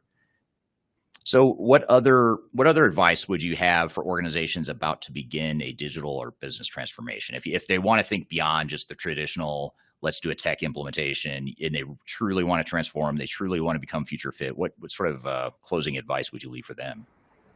Often the best ideas and innovations come from someone that's external to your industry. So I found this we used to fund crowd hacking and crowdsourcing challenges, and people from medicine, people from nutrition would compete to solve stubborn problems that were occurring in mining, and the winners were often someone outside of your industry. So create those moments of serendipity, find ways to cultivate environments where people can make unexpected connections. It's casual encounters, chance discoveries. So whether that's online or offline. Number 2 would be, if you want unconventional results, you need to get off the conventional path. So seek out diverse perspectives from different industries, emerging trends, and see what will work for your own organization. Lead with empathy. We talked about it before. Prioritize the well-being and the experience of the people throughout your transformation journey. And if you do this, I swear to God, it's the smartest decision you will ever make. It'll be a lot less painful. It'll be a lot less cheaper at the end. And last but not least, get the right help. So, the number of rescue jobs I've been called into when they've tried to do it themselves, tried to save money, use cheaper and inexperienced resources. Transformation doesn't happen by accident. It happens because it has commitment, expertise, discipline, grit, and shock horror resources. You really do need to resource it effectively. So leaving things up to chance, that doesn't work. If it's something that you want, you need to plan for it, and you need a budget to make it happen. Yeah. That makes a lot of sense. We're seeing a lot more project rescue and recovery and expert witness stuff too. In fact, that's the majority of our revenue right now is coming from troubled projects, failed projects, expert witness projects. And that's, I guess good for us, but not good for us. I mean, that's not good for the industry. It's not good for our clients. And like you said, it's a lot more expensive to hire us or you to go fix a project than if you just would have hired us in the first place to get it right and avoid some of those pitfalls. Yeah. Very interesting. So your book, Future Fit Organization, where can people find it? What's the best place to order, especially for the international audience that's outside your market? Yeah. The US is actually my second largest market. So you can get it on Amazon and Barnes & Noble online. For people in Singapore, you can walk into Kinokuniya. For people in Sydney, you can walk into Title. And for people in Indonesia, it is stocked at Peri Plus bookstores in Jakarta and also through their online stores. And speaking of the bookstore in Indonesia, just one last thing. It's a super interesting story about you that I really admire. Tell us how you got the book on the bookshelf in Indonesia, at least. And maybe you did the same thing in Australia and other parts too. Oh, okay. All of the bookstores that stock my book, it's because I approached them. So I guess just old school, simple. Old school. guerrilla marketing. Nothing fancy about it. No secret rocket science. I literally walked into the bookstore in Sydney and just introduced myself. As lo and behold, the owner was behind the table. And I said, look, this is just published. It got 3 best-selling categories in 2 days. I'm local, blah, blah, blah. And he's like, sure. And so it was as easy as that. Singapore, the same thing. I walked into Kinokuniya, into their flagship store, asked to speak to the person that was in charge of business and leadership. Unfortunately, they were not there because I walked in on a Saturday, was given an email. And I just, FYI, guys, if you're in change, you're a really good marketer. And so I simply emailed them, again, introduced myself. These are my credentials. This is my experience. This is how my book has performed. I'd love to see it in your bookstores. They replied less than 12 hours later, said we bought copies for all our stores. For Jakarta, I tried contacting them online. It was very hard to find a person responsible for this. Put it out to my network. I said, hey guys, anyone know who's the merchandiser at Peri Plus? Someone from LinkedIn actually came back to me and said, yeah, my friend used to work there. He'll connect you. Great. Emailed the guy, immediately said, we're stocking it in all our bigger stores. So that's how it happened. Yeah. There was I don't have an agent. You're looking at it. Right. So it's in bookstores because I put it there. When you first told me that, I was like, it sort of like hit me across the face. I was like, it's so simple. Like in today's day and age with digital marketing and all these fancy technologies, sometimes just something real simple and old school is effective. But what that means for you is since you want, assuming it sounds like you're trying to get global, you have global distribution, at least through Amazon, some other outlets, but it sounds like you're gonna have to visit a lot more countries and just go knock on more bookstore doors. That's a way to really get the bricks and mortar distribution you're looking for. Well, my second book is actually being published by Penguin Random House. So they are the ones that are going to get it. I don't have to do anything for my second book. They're the ones that'll get it in bookstores, into airports, etc. So that'll be out in August, September this year. Oh, very cool. We'll have to have you on like as part of your promotional build-up. Yeah, I know. My big book tour. All right. Thank you, Wirya. And thank you to the audience for the great questions there. A lot of good stuff. And I look forward to reading that book. And it's a really fascinating topic, this whole concept of future fit organizations. We're going to take a quick break. And when we come back, we're going to bring on Kyler Cheatham and Amanda Patton from the Third Stage Consulting team talking about the role of third-party vendors and partners in digital transformation. But first, we're going to take a quick break. We'll be back with more Transformation Ground Control.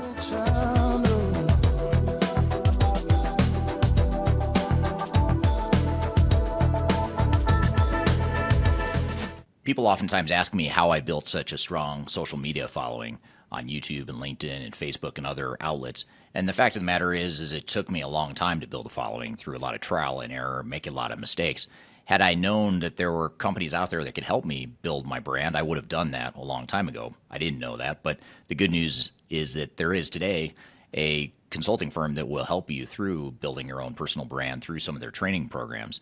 The company is called Roloff Consulting, and if you're familiar with Emma Roloff, she's someone that I've had on this podcast before, and she's well known in the digital transformation space as well as the sales space, and she's big on TikTok, YouTube, and LinkedIn.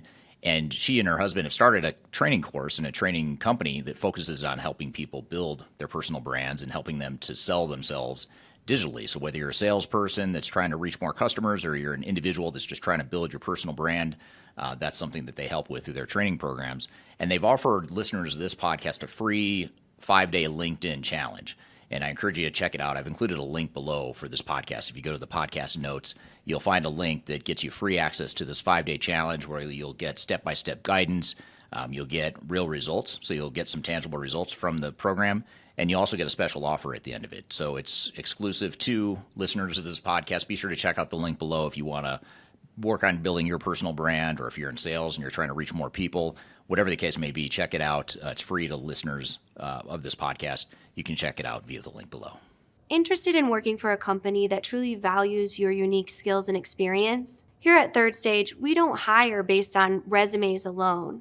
We look at the full candidate, experience, and willingness to provide excellent service for our clients. Within a technology, independent, and agnostic consulting firm, you have the opportunity to learn across industries with a diverse group of clients. Our consultants also have the opportunity to diversify their portfolio and learn across technology systems. If you're interested in joining a high-growth entrepreneurial organization, please reach out to us at work@thirdstage-consulting.com.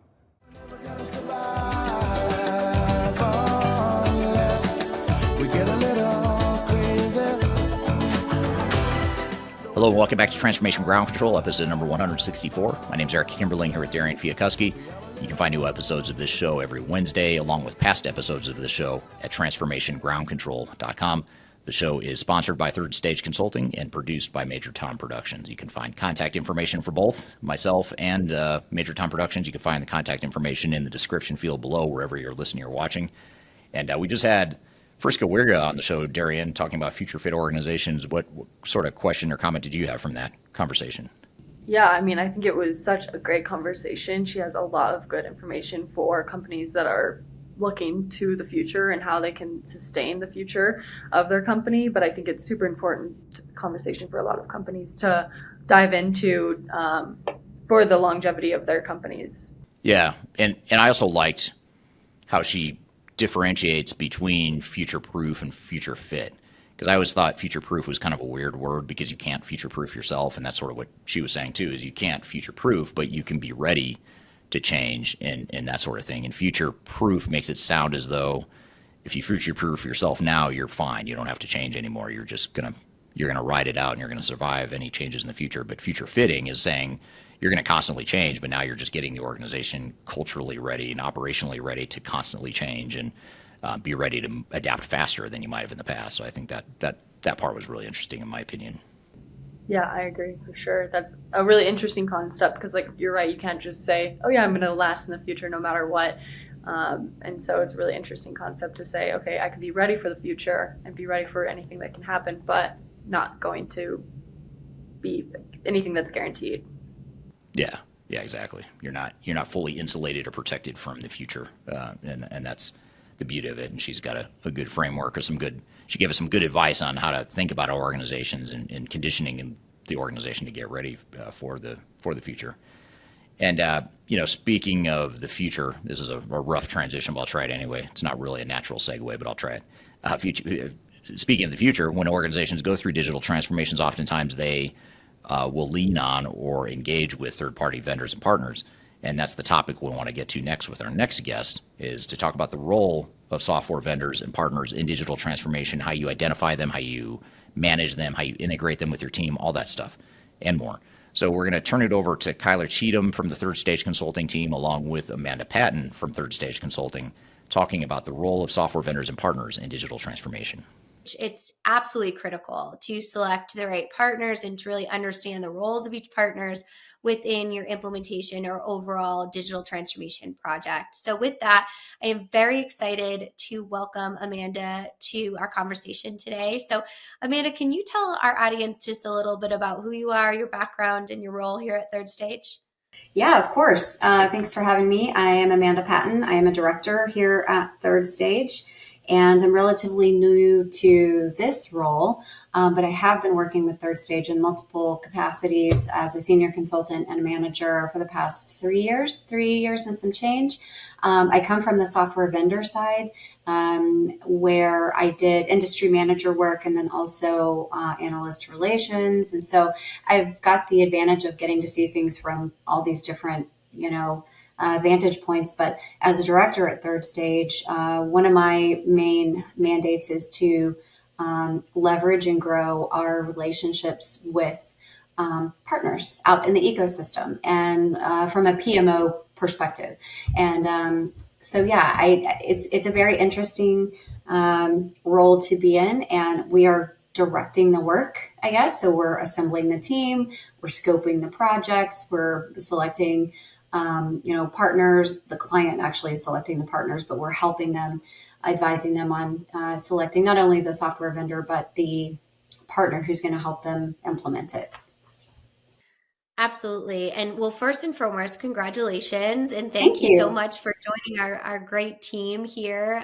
I know you've been on some of our podcasts and in our thought leadership for a while now, but it's very exciting to welcome you formally as you are now kind of a leader on the Third Stage team. So we're very fortunate to have your background. And as you mentioned, you have this unique perspective on being on both sides, from not only being on the vendor side of the business, which we have a variety of team members that were also understanding and having a deeper understanding of those advisory or alliance services and those relationships with partners that are, say, independent or technology agnostic, like Third Stage, or just the overall partner situation and perspective. So, with that, knowing that kind of your situation, how important would you say from a top line is it to understand the roles of each partner within an implementation project? There's nothing more important from my perspective, because if you don't plan and really sit down, slow down, take a breath, and plan. Do the planning on the front end, or you're going to kind of pay for it later. And there's a lot of reasons for that. But regarding the question you just asked, it's very important that we all have a very clear scope. And I understand as Third Stage where my lane is. You understand as the vendor where your lane is, as the system integrator, so that we aren't competing or creating more work for the client. And just also so we have a seamless project. We have a clearly defined scope of work, which of course is flexible as the project moves forward. But I say that if you skip that part, there's just going to be a lot of confusion and maybe infighting or even competition that just doesn't need to happen. At the end of the day, we're all on the same team. We have all agreed to work hard together toward the outcome, which is a successful implementation for the client. And so we've got to check our egos at the door and come in and all decide which parts of the project we are in charge of. And then you need that PMO, vision that kind of overarches and ties everything together. So I would say it's critical. Absolutely. And, knowing what each role does is super important too. So say you are, working with a client that's really in their phase 0 era of planning their digital transformation. They're kind of just laying the groundwork, which is where we always recommend engaging an independent digital transformation coach so that you really can get into the strong foundation of project planning. So what are some considerations you need to keep in mind when, quote unquote, interviewing potential implementation partners? The first thing I think is just kind of the obvious. Are they experts in that system? Do they have references? Do they have a good reputation? Have you talked to people who they've implemented for? How did it go? So that's obviously, if we're interviewing anybody, a contractor for something in our house, like we're going to want to talk to people. How did they do on your bathroom repair? So that seems pretty obvious. But then you need to look at things like budget. You need to look at timeline. You need to look at cultural fit. Do we get along? Do we work well together? Do we all respect each other? And I would say also part of the cultural fit, I guess a subset of that would be, the client is in charge. And people forget that, and it's important. And we're always reminding our customers, our clients, this is your implementation. You determine the timeline, you determine the pace. And so making sure that you've got a vendor and a system integrator who is respectful of that and who will work with you instead of, forcing timelines or products or things that you may or may not be on board with. So for me, I think those are the, first of all, do you know what you're doing? How good are you at implementing the system? And then people overlook the cultural stuff, like a soft issue, like something that, it's whatever, we'll figure it out. It's really important. It's really important. And understanding I think a lot of misperceptions around that is you actually do have choices. So can you talk about kind of options that you have when looking at an implementation partner? How should you consider kind of making sure that you understand the landscape of the space and what partners you should look at engaging? I mean, our favorite line is, it depends. Yeah. But it depends, because there are some systems like, well, I don't want to name names, but there are some where you have partners, you have an implementation partner on every corner for said system. Exactly. Yeah. So your search may be a little more overwhelming. And so for me, I think you need to get references and get referrals from people in your industry that you talk to. And that happens all the time, where people are references, or it's like, okay, you're a mid-market manufacturer and you implemented this and you guys used this partner and they did a fantastic job. I would rather go on something like that than go out to the market and tell me and see what the marketing materials tell me who the top 3 implementers of that solution are, right? I want to talk to a real person who's done that. So that would be one thing. I think also having a third party involved, whether it's Third Stage or someone else, to make sure that you have someone who is advocating for you, who has your back. I'm not saying anybody's malicious or trying to be a bad person, but like, we all have self-interest that we're serving out in the world, and vendors want to sell more software and implementers want to implement more software.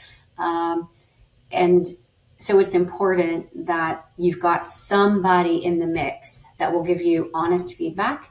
And again, I think word of mouth and talking to people. And a lot of times it's very interesting because these C-suite, these executives that we work with, they will reach out to people, peers, competitors even, and have conversations, and in that conversation, they're usually going to get the good, bad, and the ugly. But I'd much rather have a real live example, than going to some ranking system out on the internet that may or may not be true. And just because they're the top implementer for that solution doesn't mean they're the top implementer for your organization. I think it's really important to talk to people in your industry, around your size, who may need some of the same nuanced secret sauce type of stuff that your business is going to need. We're here with Amanda and Kyler from the Third Stage Consulting team talking about the role of software vendors and partners in digital transformation. We've got a lot more to cover, but first we're going to take a quick break. We'll be back with more Transformation Ground Control.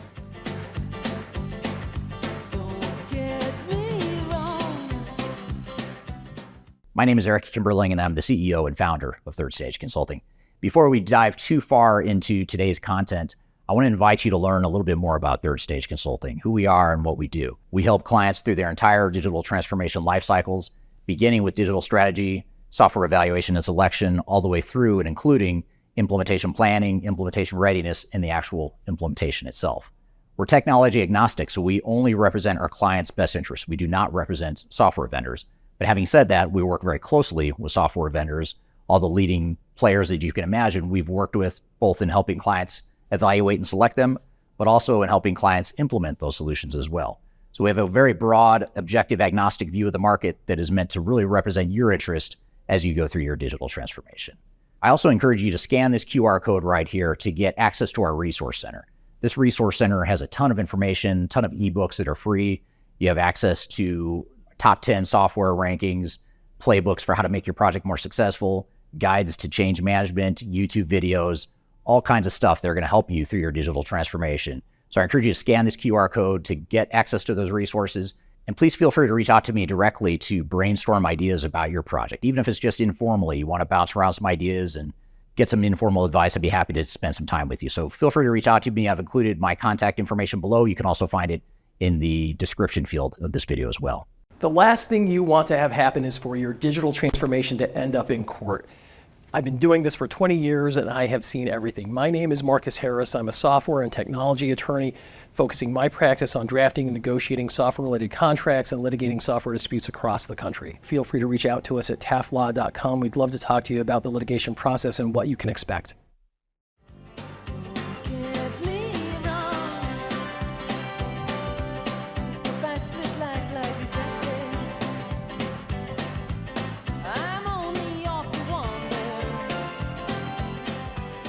Hello, welcome back to Transformation Ground Control, episode number 164. My name is Eric Kimberling here with Darian Chwialkowski.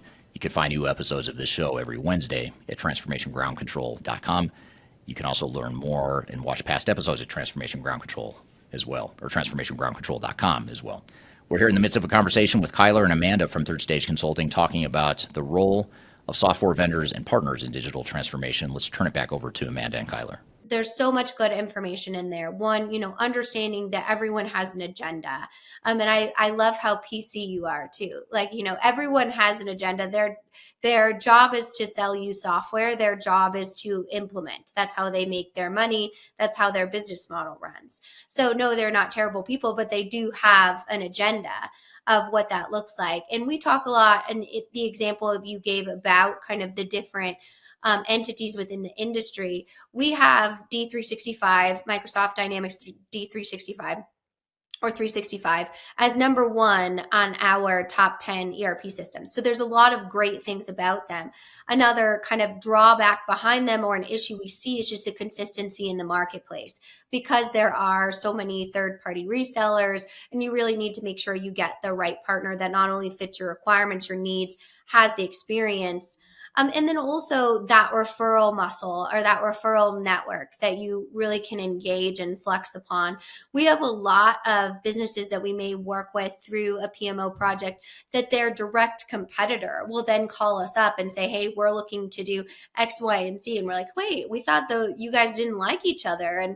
But knowing that you have that industry experience and that expertise in a similar business is just so critical to ensuring that all makes sense. One thing I really want to kind of dig into that you touched upon and expand upon is the cultural piece of it. And you had mentioned that is kind of a soft metric. If you have all of this extensive experience, but it may not be a culture fit, is that a huge red flag? Or is that just kind of a consideration that you say, they may not jive with our team so much, but they do check all the boxes on the technical side? What's the balance there? It depends. Look, if you, first of all, I have to be honest and say that it is not consistent. You might have a fantastic implementation with a vendor or with a system integrator in Ohio, and then you may 6 months later do a very similar implementation with the same vendor, same SI in California, and it's not good at all. So that's one thing to know. They run by territories. You can't pick your favorite team and have them do all your stuff all over the world. unfortunately, wherever they are, that's who's going to get deployed, fortunately or unfortunately, depending on where you're located. And so I want to just say that, first of all, there's never any vendor or SI who always does a great job or always does a terrible job. It's just not that simple, for one thing. So I'll give you an example. One of the implementations that I've done in the last couple of years, we had 4 vendors in the hunt. RFPs came back, 2 of them kind of advanced, into demos. And so they had their showdown. And from a scoring perspective, these 2 vendors pretty much were neck and neck. Do you know what I mean? And even in the negotiation phase, and we're talking about price, they got to where they were, within very little money of each other, right? So at this point, you're looking at it like, this is a really tough one. And the client ended up going for the better cultural fit, right? So that's an easier situation. But if you've got 4 vendors and it's narrowed down to 3 or 2, one of them is like A+, and the rest of them are B or C, but the A+ is not a cultural fit. That's a tougher spot to be in, A couple of questions. So the balance is, for me, really understanding that you're going to be in a kind of a marriage with this vendor. This is a very long-term commitment with an ERP system, right? Or 10, 20, 30 years. I don't know. I'm not married, so I don't, I'm just kidding though, but really it is a relationship. So at some point, all these, the implementation team, all of us, everybody's going to roll off the project. And then guess who's going to have to be in relationship together for a long time. So if it's irreconcilable, that's going to be a really big problem. The other thing is the sales team. Maybe you don't get along really well with the sales team. Well, that's not who's going to be doing your implementation. So it's really hard. It's really hard to know. I've had instances before where certain vendors or SIs were borderline condescending because they're up on all the newest technology. They live and breathe the technology and it's all modern. And then you walk into a manufacturing facility where they've been running the same green screen legacy hotkey for 36 years. And they may not know a lot about technology, but they know more about manufacturing than anybody. And you've got some people, some vendors or SIs who are a little bit, can be a little bit arrogant. And that doesn't go over very well. And so again, it's a tough one. But you have to also remember that sales team, once they close the deal, they're gone. They're on to the next. So it could be that you're going to get along great with professional services, the implementation team or the SI or whoever. So I didn't really answer your question because it's a case by case. I think it's very important. Really? No, you did. Our favorite answer. It depends, because it truly does. And that's the point, as I always say, of those questions, is really looking at that this is going to be your implementation. And you touched a little bit on project ownership. But I wonder, kind of as a follow-up to that question, if you could expand on the importance of internalizing project ownership. You mean for the client or for? Yes. So the importance, we talk a lot here at Third Stage about not losing yourself to what the vendor says or what your partner or implementation partner, because that can be really something that's difficult, right? They are the experts. You want to lean on their support, but in some level, if you get too entrenched, either from a resource perspective or from a monetary perspective, you can really be in that trouble point that you had kind of just touched on. So I want to kind of explain to the audience from your perspective of the importance of understanding the project ownership and the internalization of the overall strategy. I hope this doesn't sound self-serving, but I'm going to say it again. You need to have some type of neutral party involved. whether it's Third Stage or some other, like whoever, that's not the client and it's not the vendor and it's not the system integrator. It's someone else who can kind of look at the whole big picture, because what happens is if you're in manufacturing, let's say aerospace and defense, oil and gas, whatever, pick an industry, maybe you don't know a lot about ERP software. And so it's very easy to defer all of your decisions to the experts, the vendors, the SIs, whatever.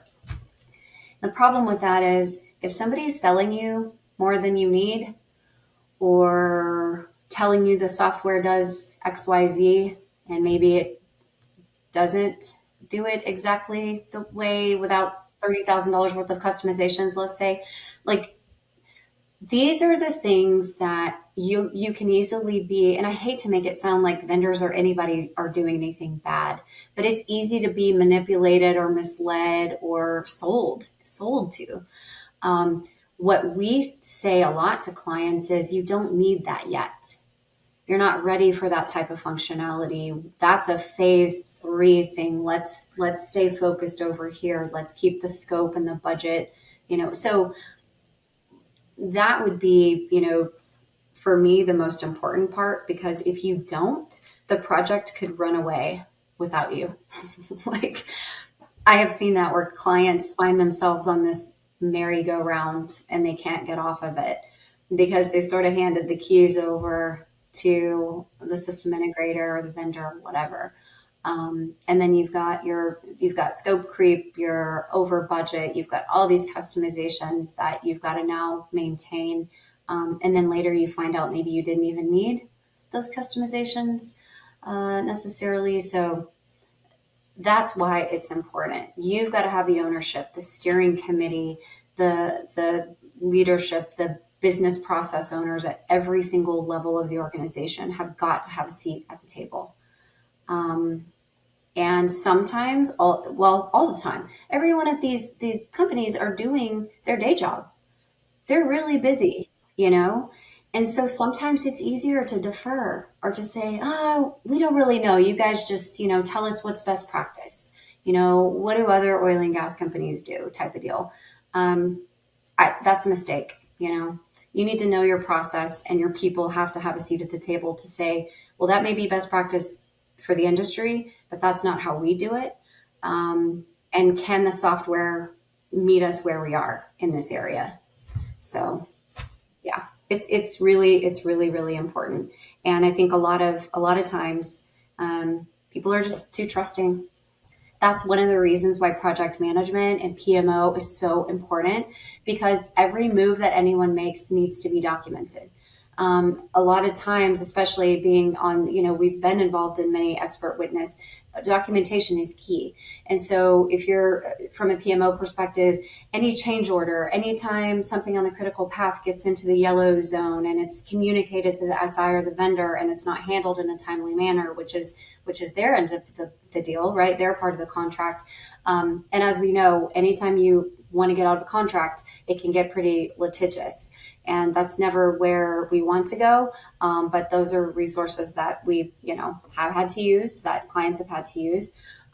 So I would say, as just an add-on to that, is just to make sure that you're documenting everything, the conversations, the changes, and obviously correspondence with the vendors and system integrators. And that if things aren't being delivered that were part of your contract, part of their scope of work, then, you need to have a paper trail showing that. We're here with Amanda and Kyler from the Third Stage Consulting team talking about the role of software vendors and partners in digital transformation. We've got a lot more to cover, but first we're going to take a quick break. We'll be back with more Transformation Ground Control.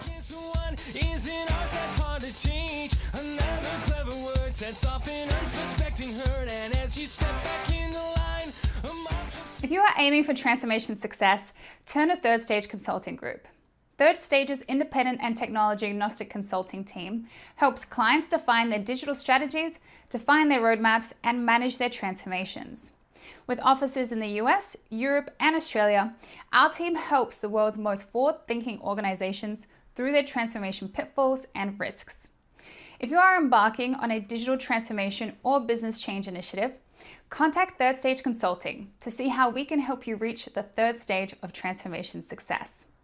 Learn more about us and download independent reports, videos, and other best practices at thirdstage-consulting.com. Are you looking for ways to promote your product or service to enterprise technology decision makers and influencers throughout the world, like the ones who listen to this podcast? Major Tom Productions creates media, events, and influencer marketing for B2B technology providers. Our productions are exciting, educational, disruptive, and effective. Most importantly, they create results. Our content is unlike any other in this industry, engaging, influential, and trusted by technology buyers and influencers throughout the world. Each month, our productions reach hundreds of thousands of targeted buyers and decision makers who trust and engage with our honest and tech-agnostic content. With long-tail viral results and engagement with our content, Major Tom Productions provides a way to reach your target market and create awareness, calls to action, and a connection with potential customers. So collaborate with us today. Learn how we can feature your product or service on podcasts such as Transformation Ground Control, Journey to S4HANA, and Journey to Dynamics 365. We can also feature your brand on our YouTube channel called Digital Transformation with Eric Kimberling, which boasts over 100,000 subscribers and over 2 million video views per year. You can also participate in our in-person events, including our Digital Stratosphere Conference. Contact us today to learn more. We can tailor a marketing campaign that works for you. We look forward to helping more people learn more about and become engaged with your brand.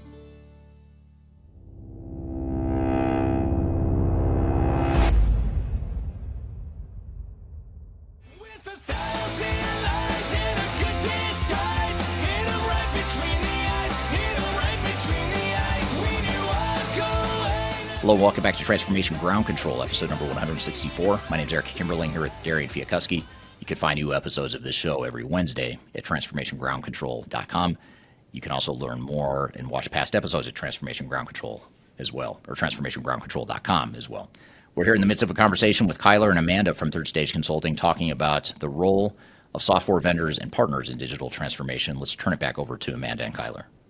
Well, and that's so easy to do, especially if you actually, made a financial commitment and you feel as though your statement of work and contract lays out all of the different areas in which this supportive relationship will be. But if you don't have kind of that insurance policy, as we call it, of those independent advisors that are dedicated to your business goals, their success is going to be your success in that piece. Then you really need that ability to kind of manage through that. So I know you touched a little bit on kind of third stage PMO or having an independent and technology agnostic PMO, but we kind of touched on some of our recent thought leadership of just not only the saturation of niche products, of interoperability products, of platform-based, all of these different solutions. So you have all of that, but then you also have all of these agendas and different pieces that you're managing. So our PMO, we call it mission control, is our mission control here kind of takes that all, think of a mission control for a rocket ship, and has kind of the control levers of the project all in one place. So can you talk a little bit about what that looks like and the importance of having that kind of one lighthouse of a PMO resource on a project? We all come in with our own plan, right? Client knows what they're looking for. The vendor, everybody has their own thing. And it's like, if I'm building a house and I have 17 contractors handling their specialty area, I need a foreman. I need a GC to kind of see everything together, the budget, the timeline, quality of the deliverables, and making sure that things like, and I'll switch back to the analogy of, away from the house building and toward, what we do, which is, data migration and training and, are we resourcing this project appropriately? Well, what if I'm only looking at that through the third stage lens? What if I'm only looking at it through the software vendor lens or the SI lens or the client lens? Well, that's what happens, right? Like, we want to say that we're looking at the big picture, but when you get caught up in the minutia of an implementation, it's easy to lose sight of the big picture and to really drill, because we have deliverables, we have demo, we have all kinds of stuff going on. We're really busy, and it gets hard to keep a big, picture view. And so to answer your question, we are going to look at all of that. We're going to manage really program management, because we're managing many, many projects within a project. And we're neutral, right? Again, we don't have an agenda. We don't care who you go with from a vendor or an SI perspective, as long as they make you happy as the client. Does it fit your business requirements, your timeline, your budget, your culture? Will you achieve the business outcomes that you're setting out to achieve? Like, that's what we care about. So for me, it's easy to get off into rabbit holes, because these things get very complicated. They really do. And then you're bringing in other bolt-ons, and you've got a data migration team over here, and it gets out of control very quickly. And so you really need somebody who's looking at the whole part, and calling out risk before they turn into issues, right? Not just in our little world of third stage, but in the whole world of the project. And there's, and it's cool because we're not seen as the good cop or the bad cop, or we're just sort of the neutral observer, right? We're doing things, we're managing things, we're alerting to risk, and we're planning and all that kind of stuff. But if we say, hey, what's going on over here?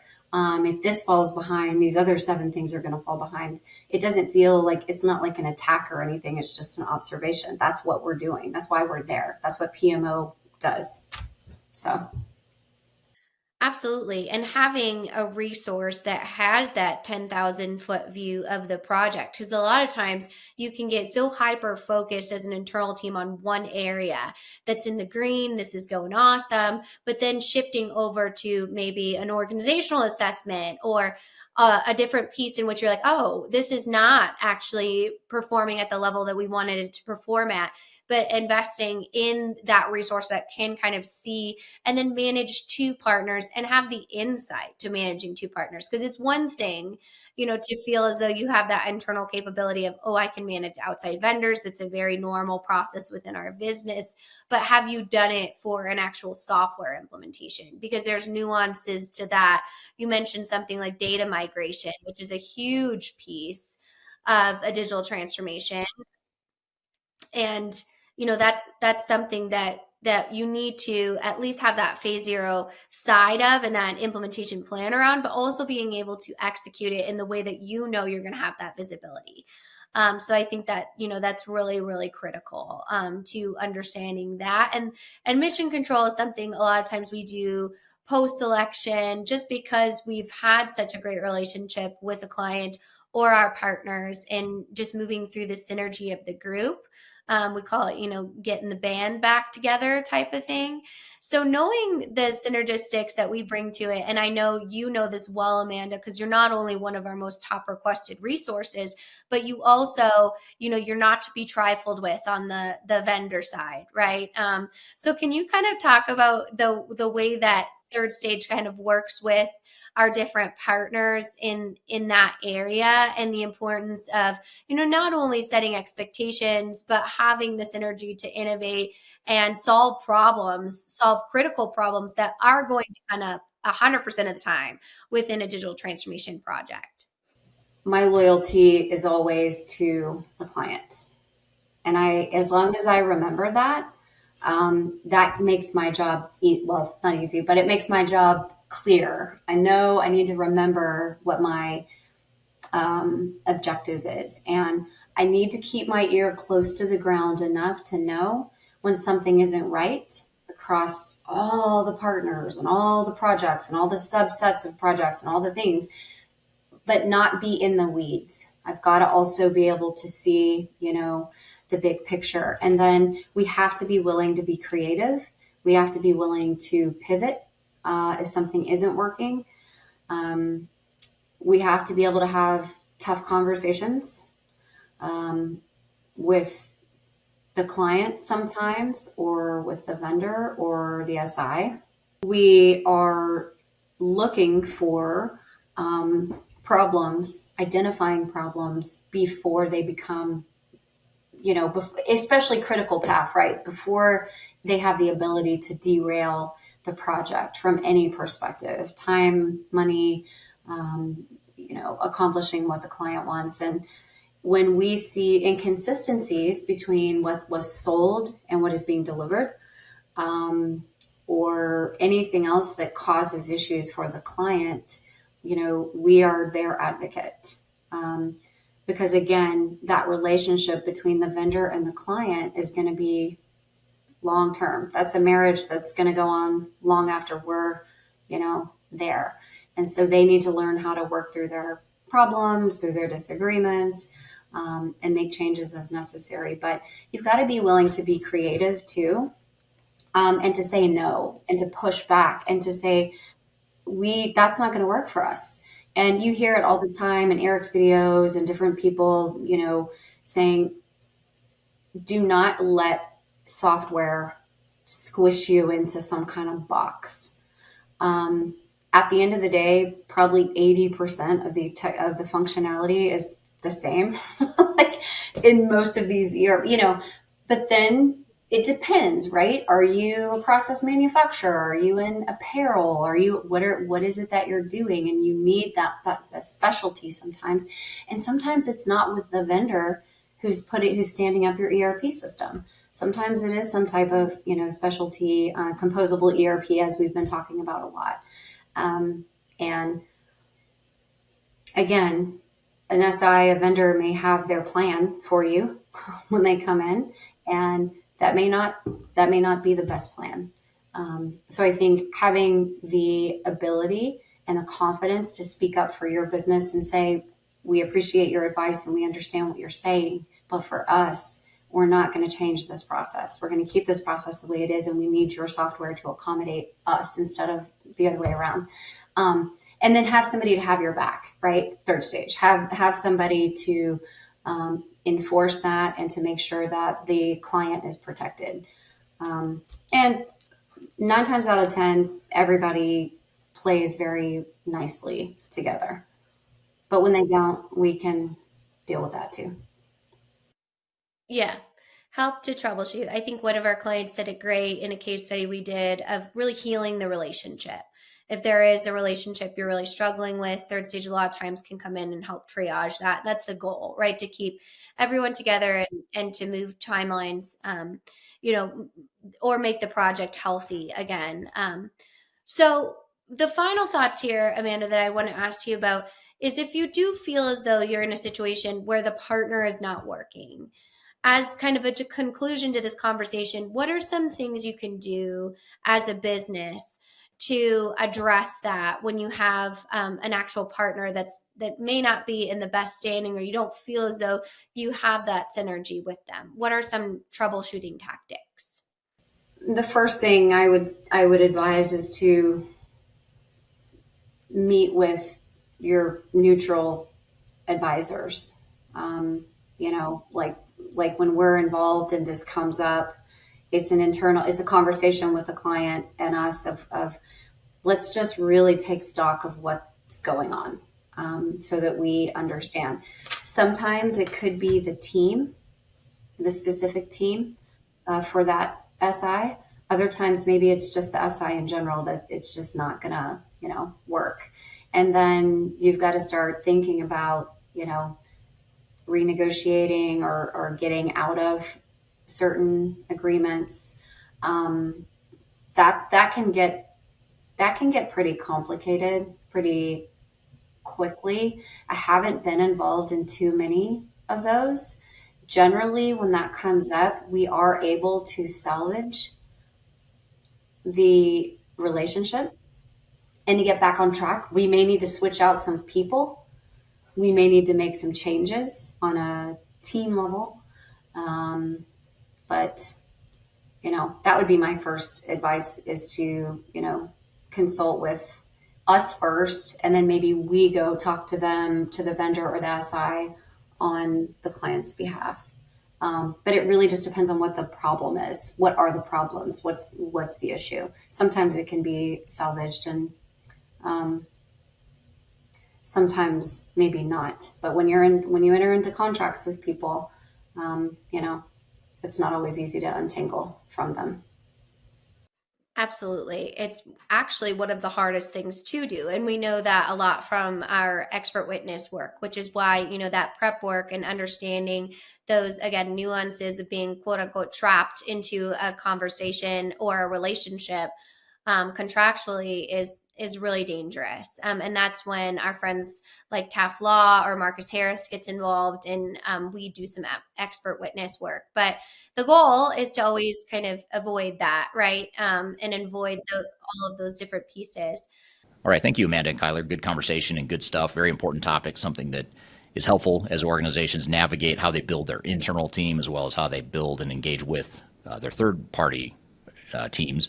So some good advice there to help us through that. So as you think about or look to what Amanda and Kyler talked about, Darian, what were some of your thoughts and takeaways from that? Yeah, I think it was a really good conversation. I had a couple questions that I wanted to kind of follow up the conversation with for you.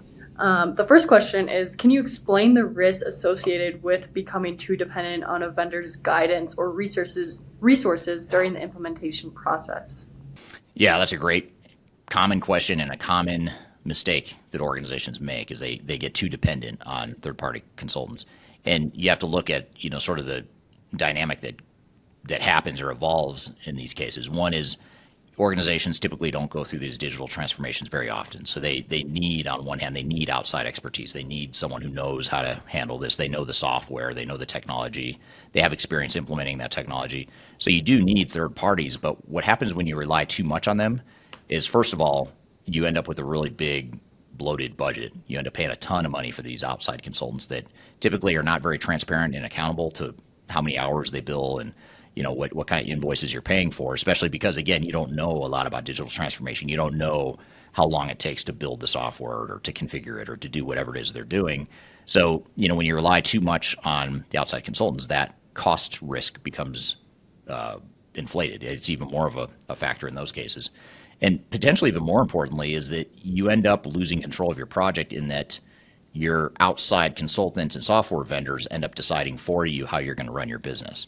And you need people that are sort of on even footing with the third-party consultants that can bring that business understanding, the strategic understanding of where you're headed as an organization and what you want to be as an organization. You have to have that equality, if you will. Otherwise, it just gets out of balance where, for example, if you have 40 people from outside consultants that are working on your project, but you only have like 5 part-time people internally on your team, I mean, that tells me that you're not in control of this project. You're going to pay way too much. The 40 outside consultants are going to be deciding for you how you run your business, which generally is not a good thing. Sometimes they might guess and get it right, but usually that's not a good solution in most cases. So those are the biggest challenges I see, or the biggest risks I see with depending too much on outside consultants. Yeah, that definitely makes sense. And speaking of wanting everybody to be on like kind of the same wavelength essentially and have the same ideas and everything going forward, what are some challenges that might arise if there is a mismatch between a client culture and the implementation team approach? Well, I think first you want to make sure you find the right cultural fit. I mean, that's the ideal answer, is just don't get yourself in that situation in the first place. Find someone that is a good cultural fit, both in terms of the people they provide and the methodology they provide.